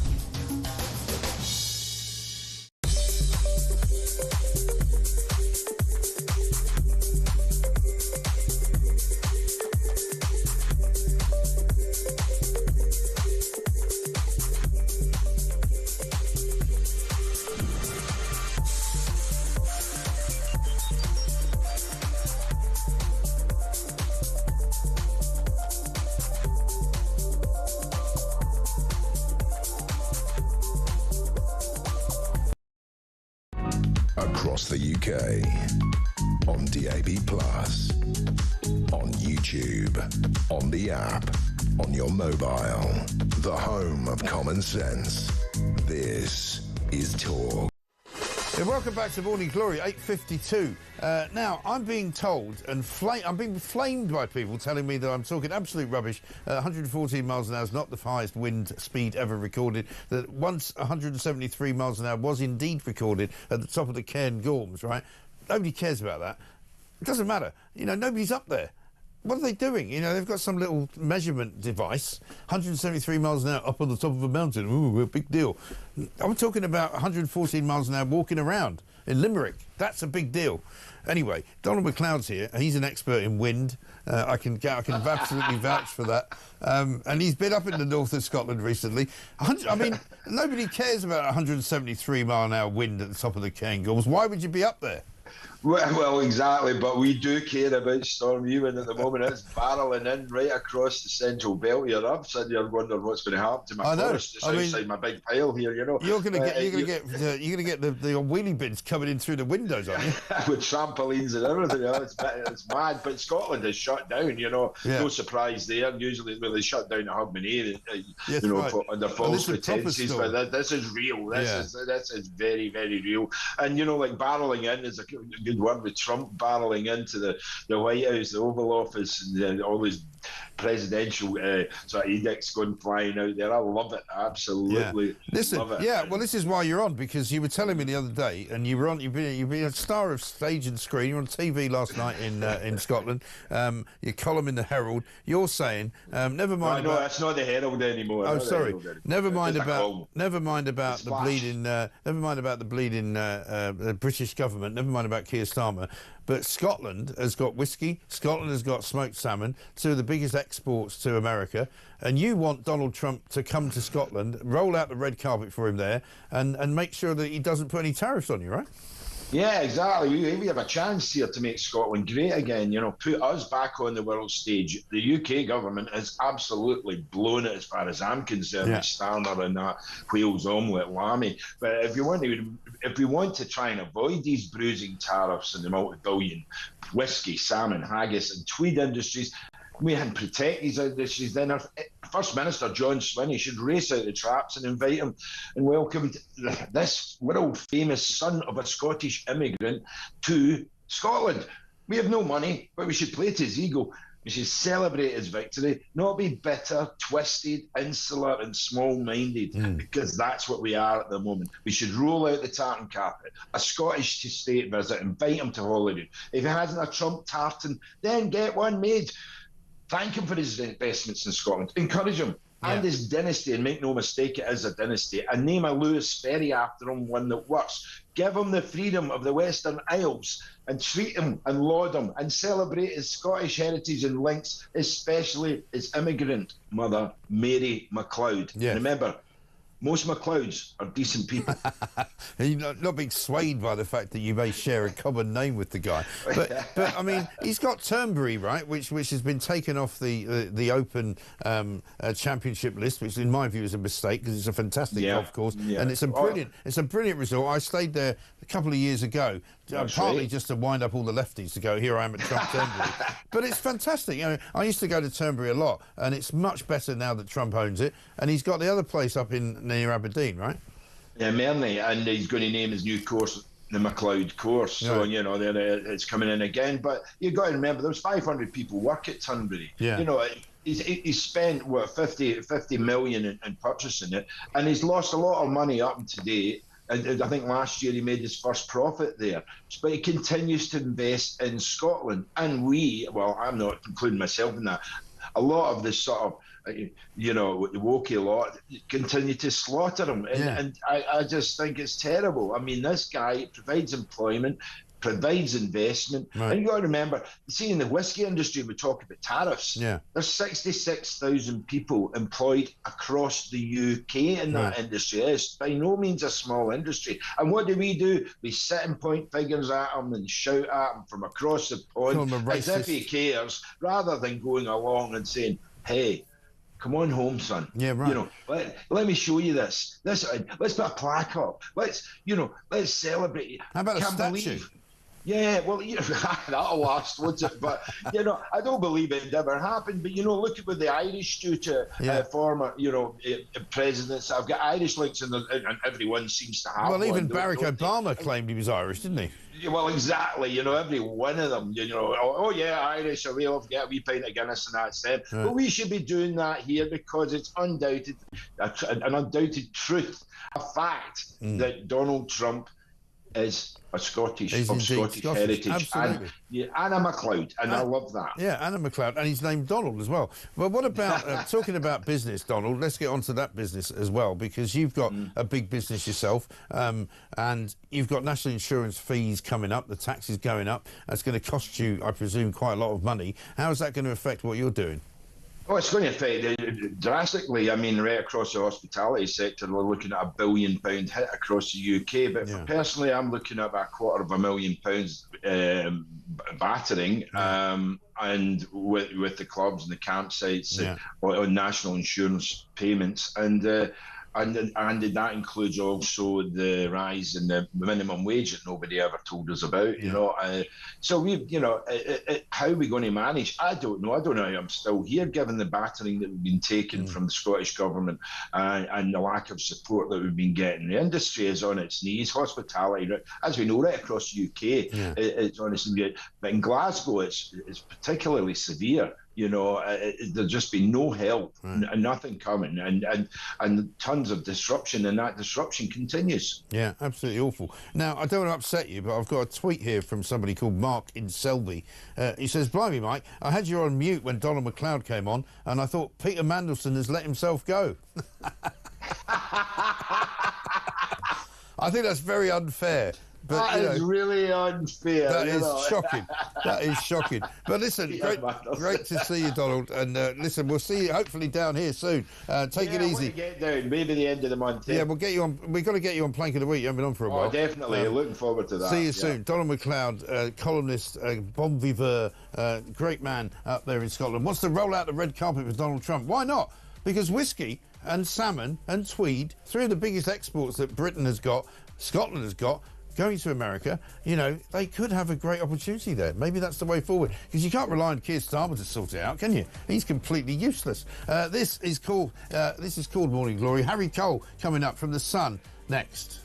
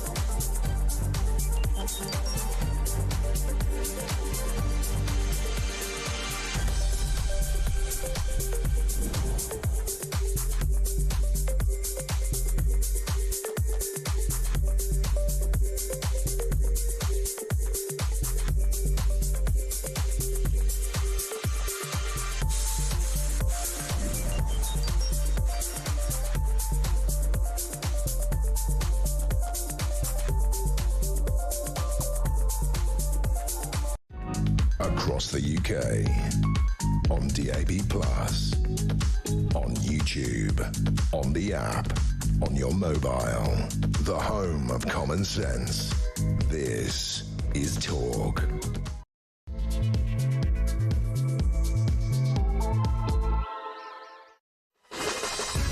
Welcome back to Morning Glory. It's coming up to 3 minutes past 9. I'm Mike Graham with you all the way through until 10 o'clock, of course. We are here Monday to Friday, every single weekday morning from 6 until 10 for glorious hours of Morning Glory. We've had a pretty sad week, of course, because of the events in the news. The front pages this morning absolutely dominated by the three beautiful young girls who were so brutally killed by a scumbag whose name I will not mention because I don't want to give him any publicity. I've ordered the producers not to produce his picture either, so for this entire hour you will see nothing but the pictures of those terribly sad girls. BB age 6, Elsie age 7, Alice age 9. You can see them on the front page of the Sun there. When we think of Southport, we will think of the girls, their bravery, their strength. He will not win. A witness statement from the parents of the child survivor. Cruel and pure evil, the act of a coward, it says, front page of the Daily Express. We face a lifetime of grief. He should face the same on the Daily Telegraph. A lot of people saying maybe he should actually face the death penalty, which is a debate that Rupert Lowe wants to have, and maybe we should have right here on Talk. You know, I'm not genuinely in favour of it, but I'm not against having a debate about whether, in some cases, these kinds of crimes should be punished by something more than just a custodial sentence. 0344 499 1000. Let's get a voice note from Matt. Mike, Matt in Hove here. Maybe you can answer this question for me. Why are the Labour government not calling this despicable little monster in Southport a terrorist? They found an Al-Qaeda manual. They found ricin. He was referred to prevent 3 times. He looked up previous terrorist attacks. He was obsessed with mass violence, the IRA. The judge yesterday said that he followed the Al-Qaeda manual in how to stab victims. What else would they have had to find for him to be called a terrorist? What can you add to that they would have said, right, that's it, he's crossed the threshold, he's now a terrorist? It's ridiculous. Why? Why are they not saying it? You're absolutely right, Matt. Like everything else that seems to emanate from Downing Street right now, they get everything wrong. They get the tone wrong, they get the timing wrong. We found out, of course, overnight that Keir Starmer, after going up to Southport, where he spent literally 19 seconds laying a wreath at the scene outside where the children were killed, he didn't talk to the public, he refused to answer questions, he refused to respond to the heckling that was going on when people were asking him how many more children are going to have to die. What is the reason for this awful, ghastly carnage? He came back to London for a party, for a barbecue party in Downing Street as a fundraiser of some kind. Absolutely extraordinary. Harry Cole's going to join us very shortly, political editor of The Sun. He's written about this all week. He's got a show out called Never Mind the Ballots, which is also touching upon the nature of what happened. Annabelle Denham's here as well, deputy comment editor at The Telegraph. We should tell you as well, there's a lot of planes cancelled, flights cancelled out of Glasgow, flights cancelled out of Dublin, thanks to Storm Eowyn. It's quite bad out there. The winds are really howling. 114 miles an hour recorded in Ireland. People are telling me it's not a record. Well, it's pretty bloody close, isn't it? 0344 499 1000 is the number. Take care out there. This is Morning Glory.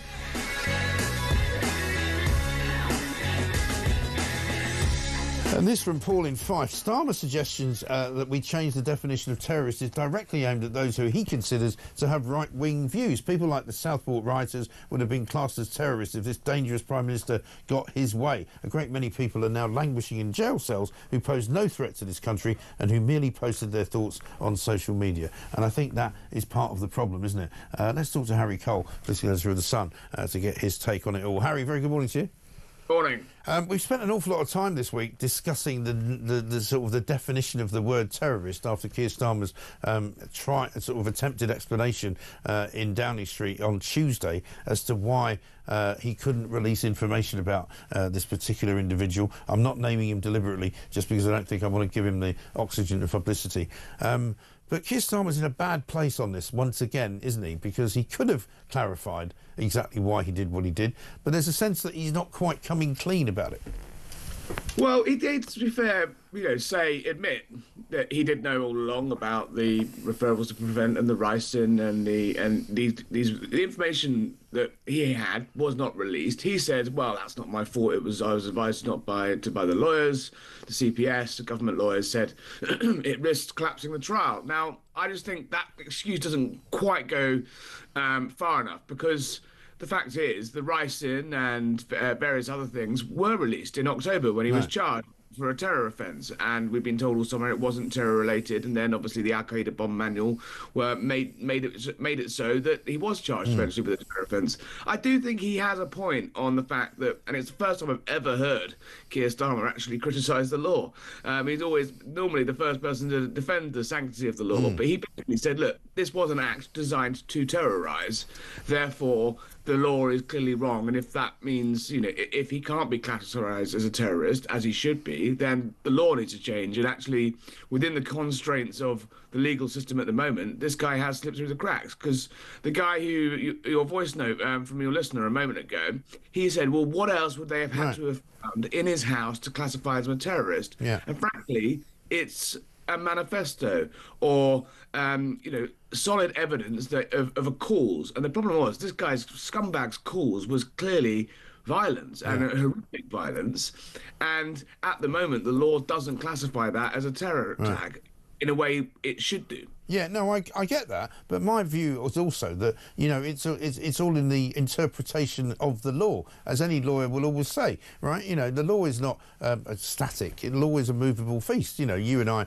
I'm sure, have spent many an hour complaining and arguing with lawyers in this building as to what you can say and what you can't say, and there is no sort of hard truth. And my view is that basically, if they wanted to call him a terrorist, they could have done, because the presence of the ricin, the presence of the Al Qaeda handbook, would suggest that he was operating as if he was a terrorist, even if he didn't have an ideology. And so I think that Starmer's being a bit, I would say, economical with the truth and a bit clever, almost kind of painting himself into a corner so that he can say, well, obviously we couldn't call him that because that's what the law says. But we all know that he could have done, really. Yeah, I think they've boxed themselves into a corner completely on this. And look, if everything had gone well and the state had not performed as it should in this situation, we wouldn't be having a public inquiry, and there wouldn't be the anger. I suspect what they're going to eventually come out and say, look, they were hiding behind the fact that it was public order.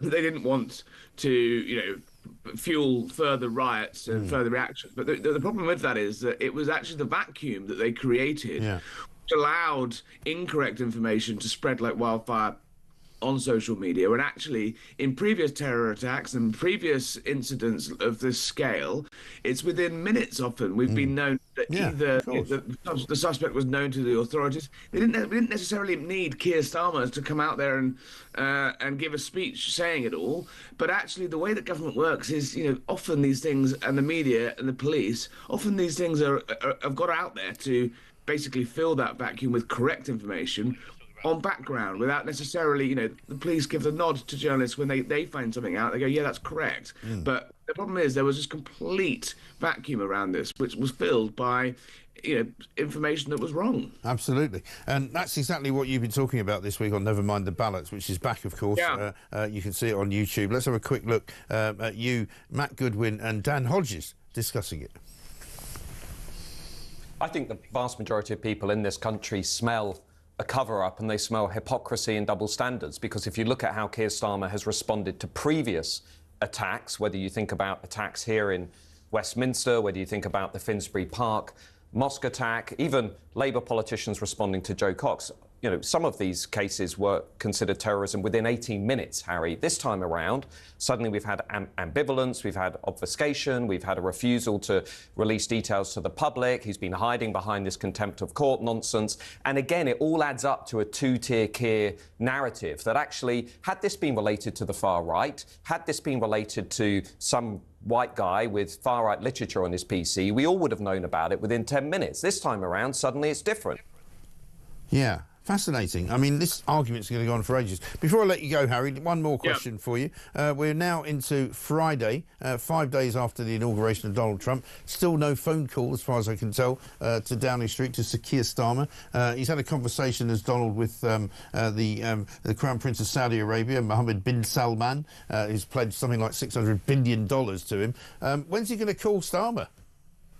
Well, I mean, Downing Street are on tenterhooks. There was Theresa May, I think, made it out there within about 7 days last time, back in 2017 as the first visit. Look, it's clear that Downing Street want to go.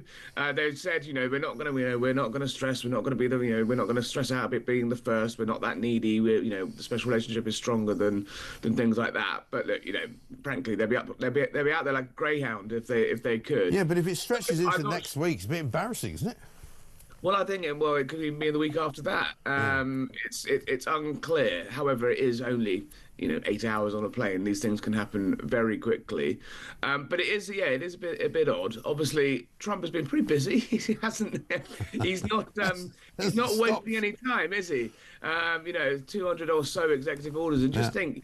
He's undone and unpicked, 20 years of political consensus on some stuff with the flick of a pen. Right. And you think some of those, if we tried in this country to even do half of some of those things, it would be bogged down in judicial reviews and, consultations and debates. We've been trying to build a new airport, a new runway at Heathrow for 30 years now. And that's come back to political debate, and they're not thinking, well, that's not even going to happen for 10 or 15 years. So, it is kind of weird when you see someone else's political system work like that, and you think this country really doesn't help itself sometimes, does it? And I think that's true. Speed and at which we do stuff. Exactly right. Harry, good to see you. Thank you very much indeed. Harry Cole, police editor at The Sun. Never mind the ballots out there for your delectation. Go and find it on YouTube. It's on Talk's channel, of course, and you can see it there. Also, today in The Sun, in the op-ed section, if you wish to call it that, Julie Hartley-Brewer has got her column where she has written about the Southport killer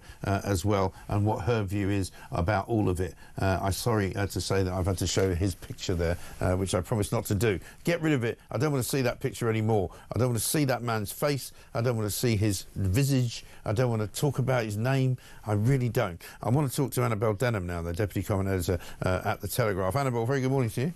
Good morning, Mike. So, let's talk a little bit about Keir Starmer, because he's had another terrible week, hasn't he? Because in addition to coming out and trying to sort of explain why he deliberately withheld information from the British public, which Michael Mansfield, the revered barrister, said to me was entirely wrong, and that he should have and could have given out more information without prejudicing a trial. He's still waiting for the phone to ring. I got this vision of Keir Starmer sitting in Downing Street, just staring at the phone, wondering when Donald Trump's going to make the call. Because it's now 5 days into the presidency, and I think Donald Trump is playing with him. Well, he could well be, Mike, but perhaps Keir Starmer isn't too worried, because at the moment he seems to be trying to find a way to get Britain into the pan-Euro-Mediterranean convention, doesn't he? And in other words, finding some way to, if not undermine the letter of Brexit, then the spirit of it, and bring us back into some sort of customs union with the European Union. I think it's quite clear that this Labour Party risk of using the Trump presidency as a way of cozying up more to Europe. So perhaps that'll provide some solace to them, if not to the British public, for whom the relationship that we have with America is very, very important, particularly when Trump is talking about imposing tariffs on China, on the EU, and of course on Britain as well, in order to try and shore up domestic production over there. So, we'll see. And I don't think it's necessarily that Starmer's just sitting by the phone, but it's also the contrast that's now being drawn between Donald Trump and his attitude towards leadership and that of Keir Starmer, and the way in which Trump is talking up America, and Labour have really spent the last 6 months talking down Britain. And it's left Rachel Reeves going to Davos and having to sort of have her begging bowl out and saying, oh, please come and invest in Britain. But unfortunately, business confidence is on the floor, consumer confidence is on the floor. There's very real risk of recession this year, and it's because of Labour's mismanagement. So perhaps Donald Trump is toying with us, but perhaps he's looking at Britain and thinking that the special relationship isn't quite as important as it once was. Exactly. And I think also, because we know Donald Trump to be, a slightly mischievous character, he will probably be quite happy to keep Britain on tenterhooks, given what Keir Starmer has said about Donald Trump in the past, where he said he wasn't a fan of his, he didn't want him interfering in British politics. This was many years ago. David Lammy calling him a white supremacist and a misogynist and a racist and all the rest of it. Sadiq Khan saying what he said about him. I suspect that Donald Trump is taking quite a bit of pleasure out of all of this. But meanwhile, talking about Rachel Reeves going to Davos, on the return private jet flight, which I presume she took all the way from Switzerland back to here, she's now decided that the idea of trying to get non-doms to pay more tax was ill-founded. She's now going to water down the idea of actually trying to punish people who make money for this country and say that she's not going to actually charge them any more tax after all. But unfortunately, 11,000 of them have already left the country. Well, it does certainly feel like too little too late, doesn't it? The damage has already been done. The message has been sent that Britain isn't open to business, isn't open to the entrepreneurs of the world, the successful of the world to come and live here and, of course, pay taxes in the UK, but perhaps not on overseas income. And so it's a welcome watering down of the finance bill, but it's embarrassing for Labour. It's another U-turn. It's another indication that they have no clue how to run a country, that Rachel Reeves is really out of her depth. But we ultimately ought to welcome this decision. The question is whether, as you say, there's already been this exodus of millionaires. In 2024, it's believed that we saw more flee than any other country in the world apart from communist China. This year will be no less damaging. I suspect people have already made a lot of their financial plans, but will it be enough to sort of keep some entrepreneurs and successful business people here investing in Britain? We'll see. Well, I don't think so, because according to some of the stories that are circulating around Downing Street at the moment, people basically are saying to Rachel Reeves, you've got some dark days ahead. She seems to be out of ideas. She doesn't seem to know what to do. And all of the measures that she's put in place, apart from basically national insurance, are not going to result in getting any kind of money coming into the exchequer at all. The farmers' inheritance tax is pretty much not going to make them more than, they don't think, about 500 million quid. The schools VAT raid is hardly going to touch the sides. Same goes for the winter fuel allowance. All very controversial policies which they insisted on pushing through, none of which really are going to go anywhere near to getting the huge borrowing problem that we now have out of the way.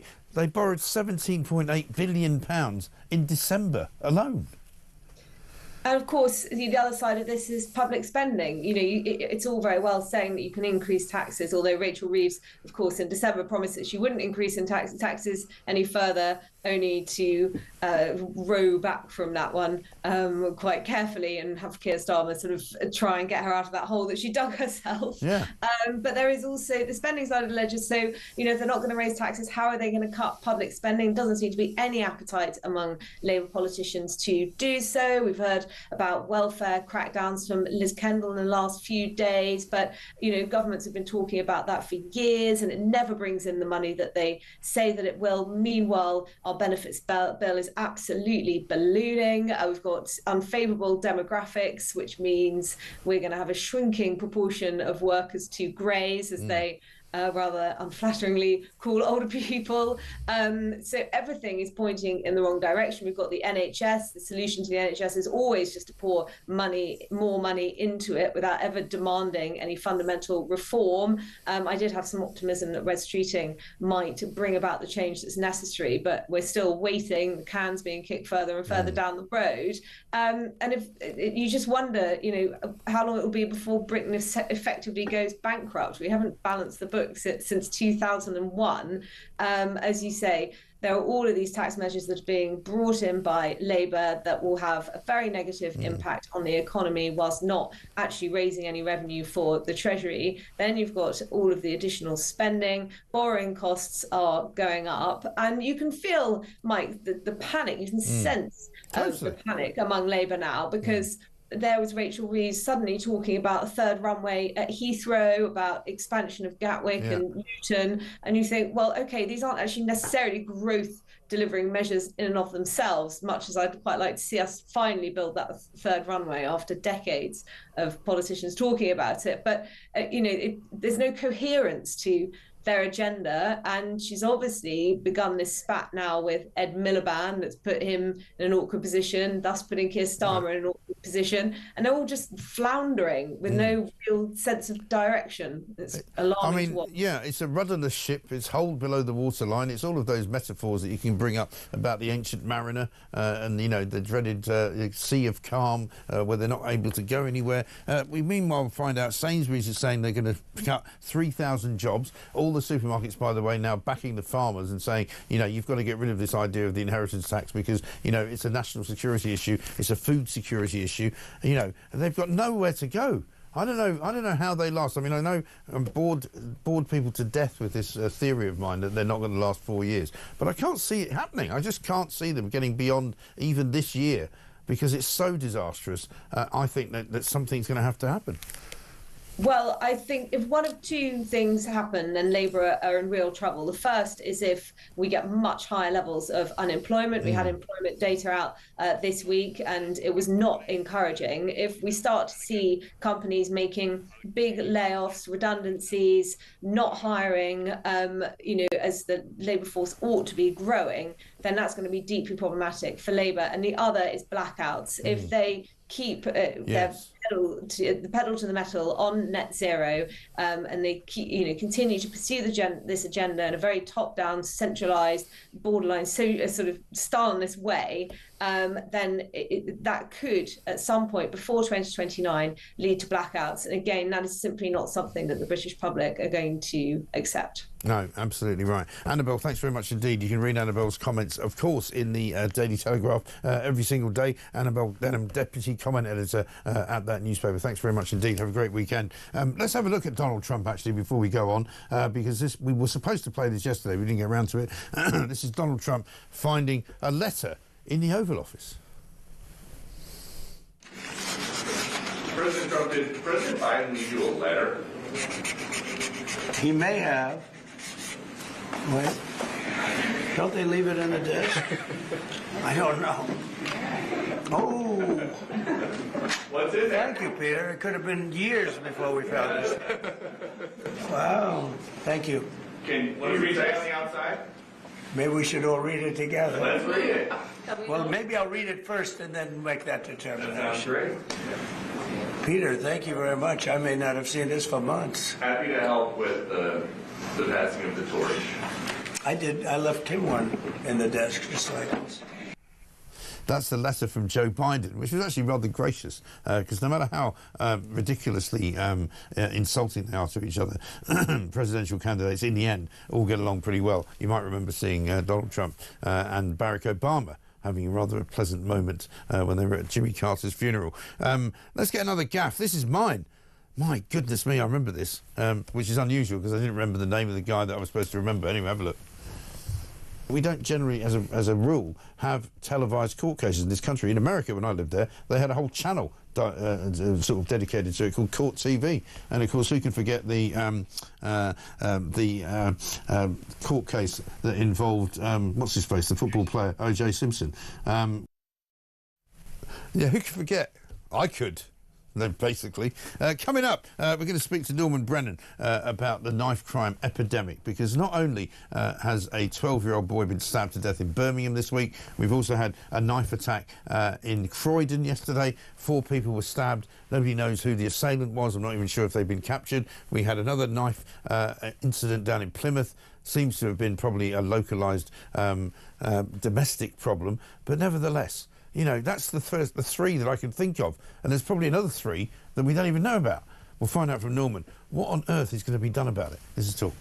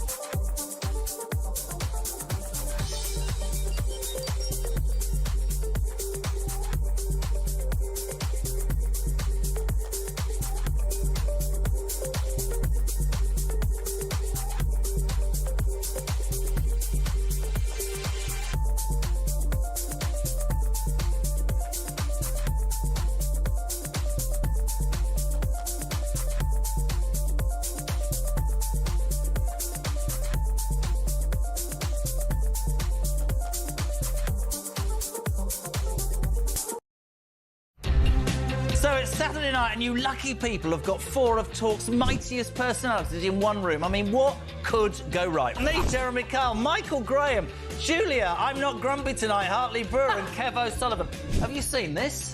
Yeah. What are you thinking? Jules is smiling. I think they've made us all look a lot better than we actually look. There I is know what that. to ask for next time I go to the hairdresser. I'd like to Getting talk that. about Jez's nipples on his... You got nipples? Oh, yeah. Yeah. Yeah, he's got nipples. I don't know what to I didn't say. think you had nipples. I assumed you just came in an egg.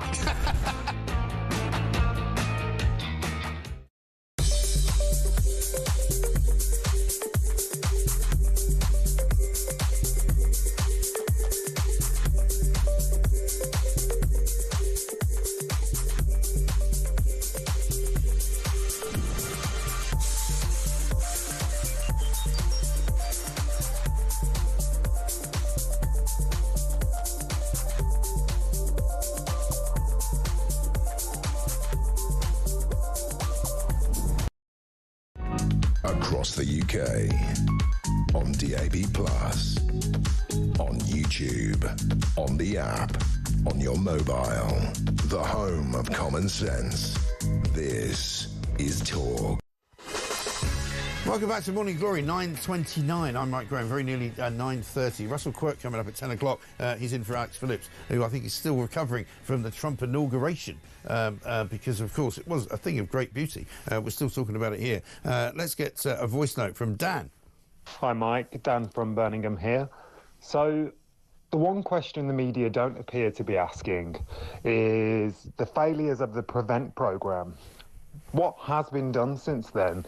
They're a body that can surely change quite quickly and make changes to prevent this sort of thing happening again? Or is it being kicked into the long grass and we'll just have review after review, and in the meantime, further cases like this sick, twisted, evil monster will continue to happen? Yeah, absolutely right. Well, we tried to pick away at the PREVENT failings the other day with Lord Carlisle. You might remember him. He's the guy that was supposed to be in charge of reviewing PREVENT, even though he got sacked from the job in 2019 because of his views about things. It turns out that he thinks PREVENT are doing a great job. Well, they're clearly not doing a great job because they're not preventing anything. He claims they're preventing loads of things, but of course you never know because you don't know what you're preventing if it never happens. Let's talk to Norman Brennan, a man who's far more straightforward about these matters and a man who can see the wood for the trees. Former police officer, director of the Law and Order Foundation, also a founder of Knives Destroy Lives. Norman, very good morning to you. Yeah, good morning, Mike. Good to see you, man. I mean, it's hard to take, isn't it, that in this week of horror from what's been going on in Southport and what we found out yesterday in terms of the detail of the dreadful crimes committed by this scumbag who I'm not even going to name anymore. I'm not going to show his picture. In the midst of all of that, there's 4 people stabbed in Croydon. There's a young boy of 12 who made the front pages for one day because he was killed as he was walking home from school by a 14-year-old who had previously been involved in some other trouble. I mean, you know, it seems as though now every single day there's a stabbing incident which may or may not end up being fatal, but is so damaging to the fabric of our society. No, you're absolutely right, Mike. In fact, it was 5 that was stabbed in Croydon yesterday. I get all the Met press releases. Yeah. It started off on Christmas Day when there was a quadruple stabbing in Bletchley. 2 women were stabbed to death.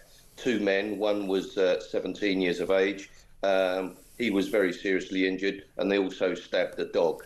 There was so many others as well. I mean, goodness me. And yeah, and then we went on, and in Woolwich, an 18-year-old student stabbed to death outside, certainly stabbed and critically injured, and he died, I understand, in Woolwich. Just up the road, he was a student. Just up the road, a schoolboy on a bus was stabbed to death. The other day in Luton, there was 2 women stabbed. One is dead. In Crawley, a triple stabbing, a man charged with 3 attempted murders. And just only a few days ago, Mike, as you rightly highlight, a 12-year-old boy was stabbed to death in Birmingham. How bad does it have to get for the government actually do anything? And as you rightly highlight, when I was a police officer, I actually broke from the ranks because I was so concerned, something no police officer does. That was 30 years ago. Yeah. Incredible, isn't it? I mean, I've got another one to add for you. Sandy, who's a regular viewer and contributor to the show, says one in Suffolk for you. A 17-year-old still being questioned about a knife murder of a 63-year-old person on Christmas Day in Ipswich. So, I mean, it's no longer just in the kind of, inner city, urban jungle, if you like. It's happening in places like Ipswich. It's happening in places like Cornwall, in Yorkshire. It's just incredible. But what is it that is causing it, I suppose, the first question, because I've started to hear people saying, knives don't kill people, people kill people, which is what they used to say in America every time somebody got shot to death. I don't know what it is that the authorities... I mean, I ask the question every time it happens to Sadiq Khan, when are you going to do something to stop this? But what can he do? Well, it's a big question that nobody is prepared to answer, but there are answers. I mean, the last government, Mike, it took them 8 years to define what a zombie knife was, and that was because of words. 8 years. How many thousands of people were stabbed to death or maimed? How many children killed other children? How many parents planned funerals instead of bright futures? It was thousands. And what has Keir Starmer done and Yvette Cooper? They're now deciding that you need two types of identity by buying a knife off of Amazon. This is all froth. Yeah. Thing is, nobody's prepared to deal with the substance. And I'll tell you what the substance is, Mike. And I went to number 10 Downing Street and handed a letter into Tony Blair all those years ago, wrote to the Queen and every single MP. And I said, what we need to drastically reduce all these murders and knife crime, 5 years mandatory prison sentences. We need mass stop and search. Yes, some sections of the community are pretty upset about the way that they're targeted. But there again, there's many families, mothers and fathers, that are very upset about their children being murdered and ask the police to do something about it. We need a massive education programme. We need mentors. And we need personal and parental responsibility. And all the government does is deal with the froth. Nobody's prepared to deal with the substance. And so much so that the other day it took me an hour just to post on all the murders and stabbings overnight. And I launched a GoFundMe. I funded everything I've done for 35 years myself. Now, a citizen should not have to set up a GoFundMe to challenge the establishment. And I even posted the other day, Mike, because it's not an attractive subject I look after, which is homicide, gun and knife crime, is that I said, if I have to beg to get funding so I can get a formidable small team together, and don't forget, Mike, I don't just talk a good job, I do one. The double jeopardy laws that's in place now so that two of the Lawrence killers could be prosecuted. They were my clients. Yeah. I advised them. People get victim impact statements in courts nowadays, Mike. That was down to my charity. Yeah. We caused that. So I can achieve things. The thing is, the government love people like me that have got no funding because we're not a threat. Yes, I know. It is absolutely unbelievable, isn't it? But the other thing, I suppose, that we would struggle to answer is why now? Why so much knife crime? We've always had knives. I grew up in the 60s and 70s. We had plenty of kitchen knives in the drawer. You never thought about going out and stabbing anybody. My kids tell me that when they were in high school, which was a couple of years ago now, a lot of children, and this was in Sussex, were bringing knives to school for protection. You're right. Last year, Mike, it was 160,000 children and young adults carried a knife. Most of them carry them every day. There are 4,000 gangs in Britain, 200 in London. Yeah. Nearly every single one of them are armed with a knife, sometimes a gun, predominantly a knife. Yeah. The cross-border crime, county lines, most of them are armed with a knife. And what happens is that instead of sending out that deterrent message, Mike, that this will not be tolerated, you get 5 years minimum sentence mandatory for carrying a gun, yet you're 3 times more likely to be stabbed to death and shot to death, yet you can get a fine no equivalent to a parking ticket for carrying a knife. Yeah. And everybody that carries a knife is a walking time bomb. And we've got to break this circle, and I've tried to break that circle. And what does it say when a member of the public has to set up a GoFundMe to say enough is enough? And I'm Britain's lead law and order campaigner and leading knife campaigner.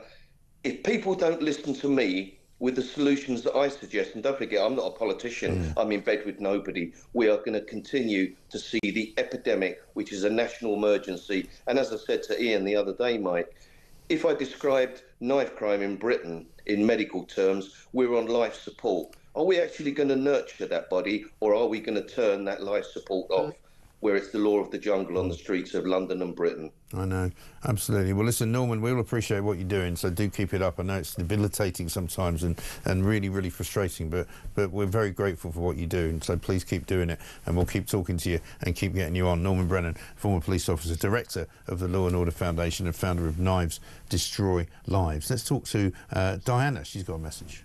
Hi, Mike. Diana from Shepherd's Bush. I think this is completely laughable. This man committed the most heinous crime against 3 children, and then he sits in court, says he feels sick, and they carry him off. Personally, I'd have chained him to a chair, put a Hannibal Lecter type of mask on his face, and made him look at the parents of those children. What a joke. Yeah. That's exactly what I would have done. Put a gag on his mouth, put a ball gag in his mouth, or put just a plaster over his lips so he couldn't speak. I don't care. I would have made him sit there. I would have chained him to the thing, tied him to a chair like they do on the plane if you misbehave. This one from Dorothy from a very windy East Kilbride. She says, "Good morning, Mike. You hit the nail on the head when you stated the Southport killer was operating as a terrorist. Keir Starmer's speech was smoke and mirrors. His handling of this case has been deplorable." Chris says, "Morning, Mike. As normal, a great show. How on earth can Starmer go to a party after 3 little girls have been murdered and many others have been injured? Riots on the streets, and he thinks more of a fundraising party. Absolutely incredible. Absolutely incredible." And Carrie says, "Keir needs to get a dictionary. He is unable to define a woman or a terrorist." I think that's right. He could do with some help. Coming up, Lewis McLoud joins us. He's got some stuff to say about the new President of the United States of America, the 47th President. He might even be with him as we speak.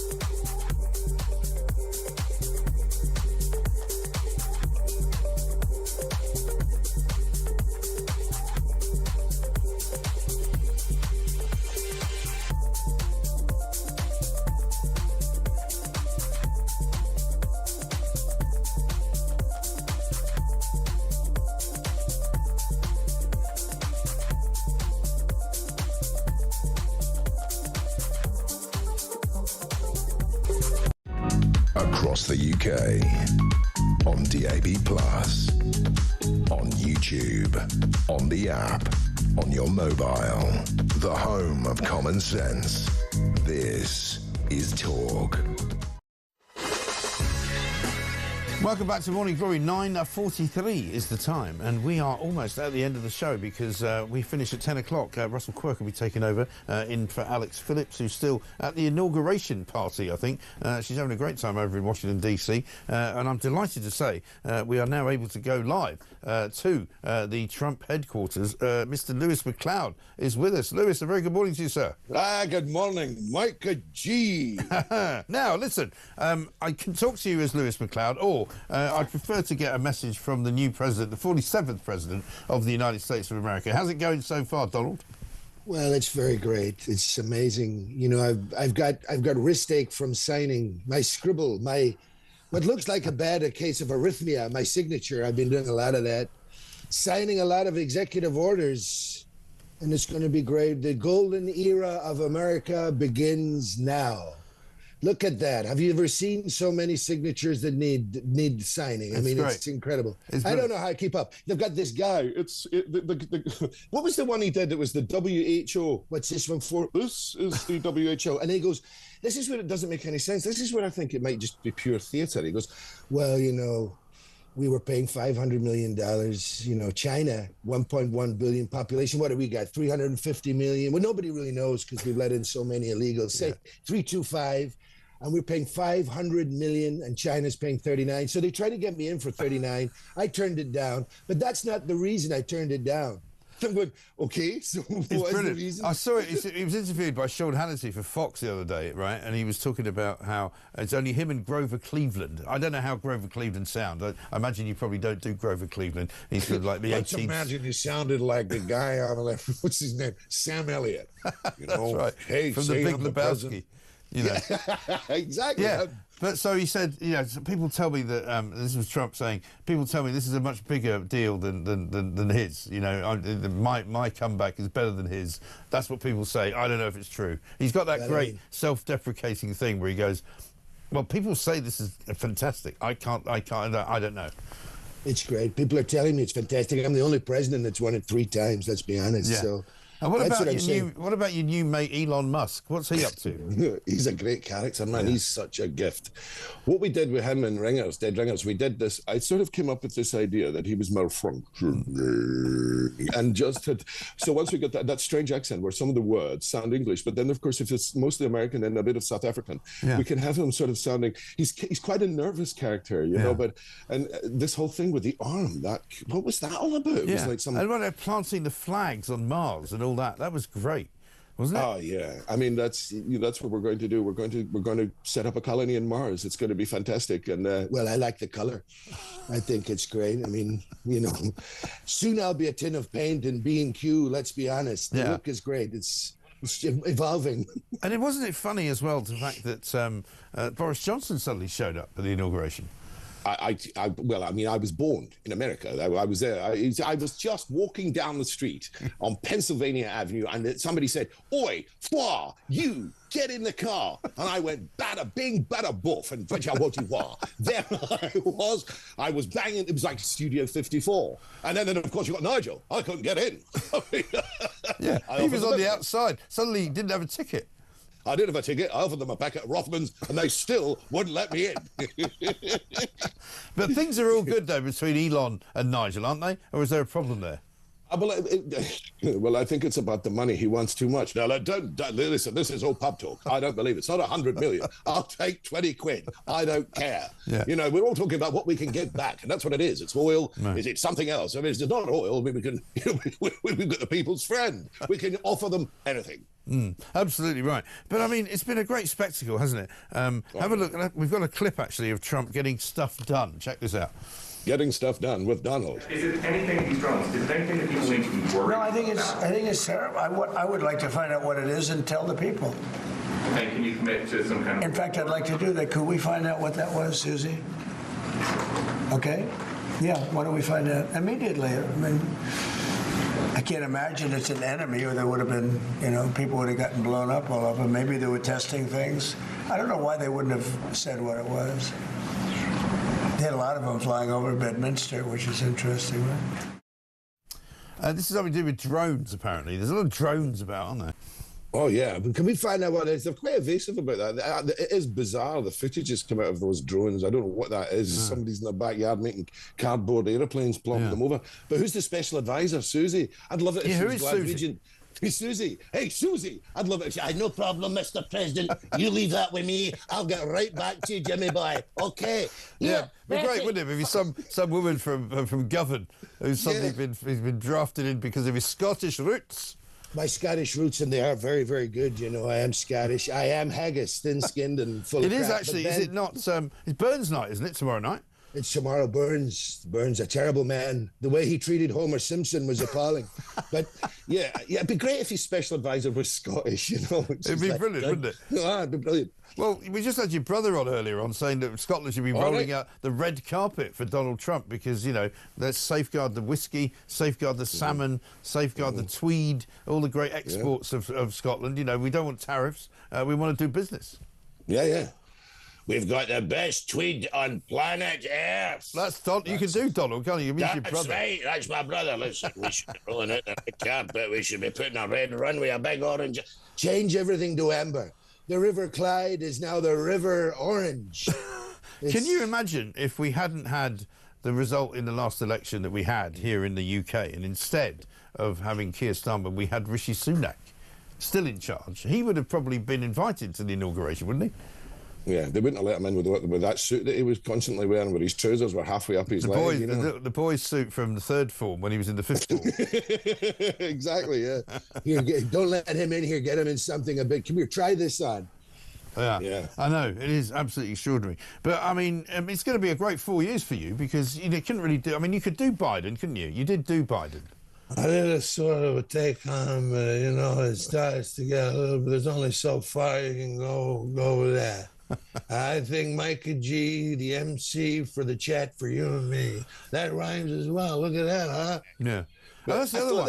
The other one, Robert De Niro, he was going to leave the country if Trump got in, wasn't he? Because he hates him. That bum, that bozo. Let me tell you, yes, no. This gangster on this day, I tell you, this is the worst day for America. Sure, you're laughing, Mike. This is not funny. I want to punch him right in the face. But now he's helping them all. He's got, he's got, I think the full deck of cards would be walking, get him on the TV. You know, that would be brilliant. I got this very strange actor called Chris Walken. Oh, yeah, Christopher Walken. Let's have him. Let's have Christopher Walken. I want to help him. I think it's, there's so many things we can do to make America great again. We all should have exciting hair, like Mel Gibson, Hey. Yeah, he said, well, California needs it right now. I thought it was, they were all, you're fired. Well, hey. It wasn't great, but yeah, the fires are all. I mean, I don't know about Al Pacino, whether he's been troubled by the fires, has he? No, that's not going to happen to me. No. I'm in Italy, remember? Yeah, it was pretty bad over there. But I think that let's see what, because the celebration itself. Who was that guy that got in to sing the anthem at the end? I don't know who that was. Never seen him before. The lisp, right?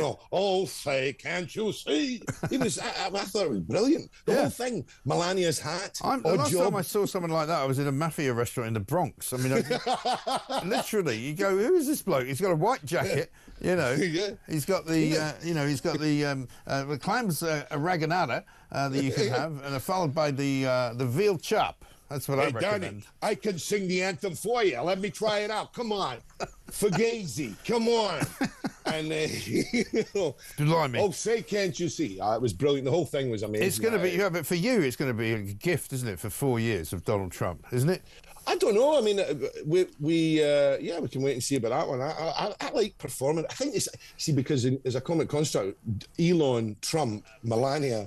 I mean, it's hilarious. I think that it'd be quite funny if Melania can't figure out Elon Musk at all. I think he's terrifying, Donald. Keep him away from me. Don't worry. He's a great guy. He's the richest guy on earth, Melania. You're perfectly safe. No, I'm not.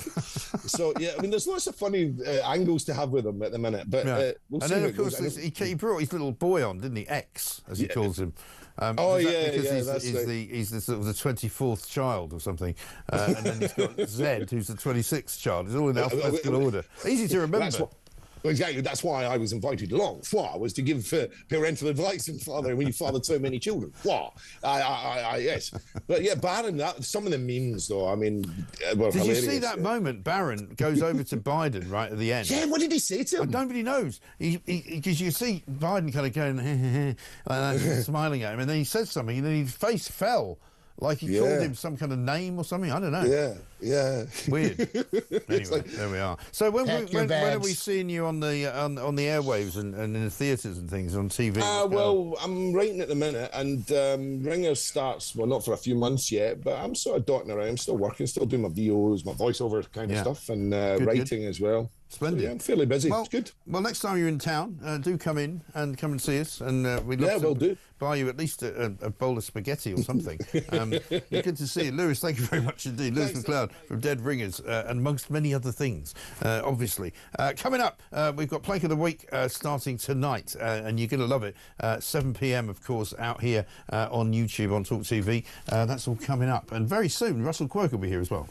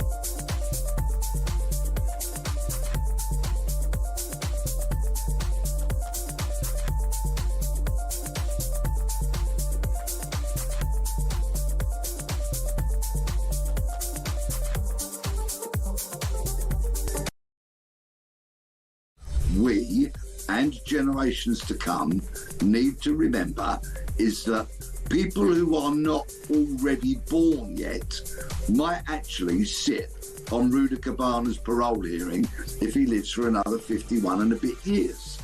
So people will have to be reminded of the absolute murderous reign of terror that he committed in that dance school that dreadful morning.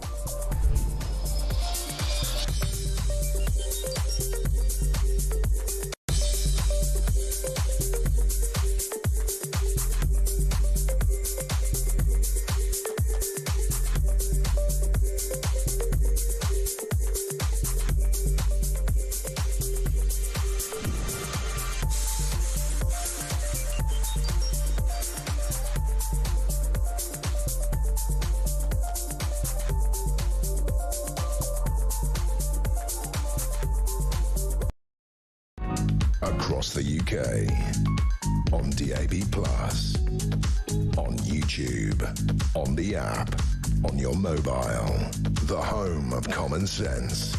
This is Talk. Welcome back to Morning Glory, 9:57. We are almost out of time. It's been an incredible week of news once again. Terribly sad about the story from Southport, of course, but the inauguration of Donald Trump started it all off. And we've got Friday night to come where you can see Plank of the Week. Let's have a look.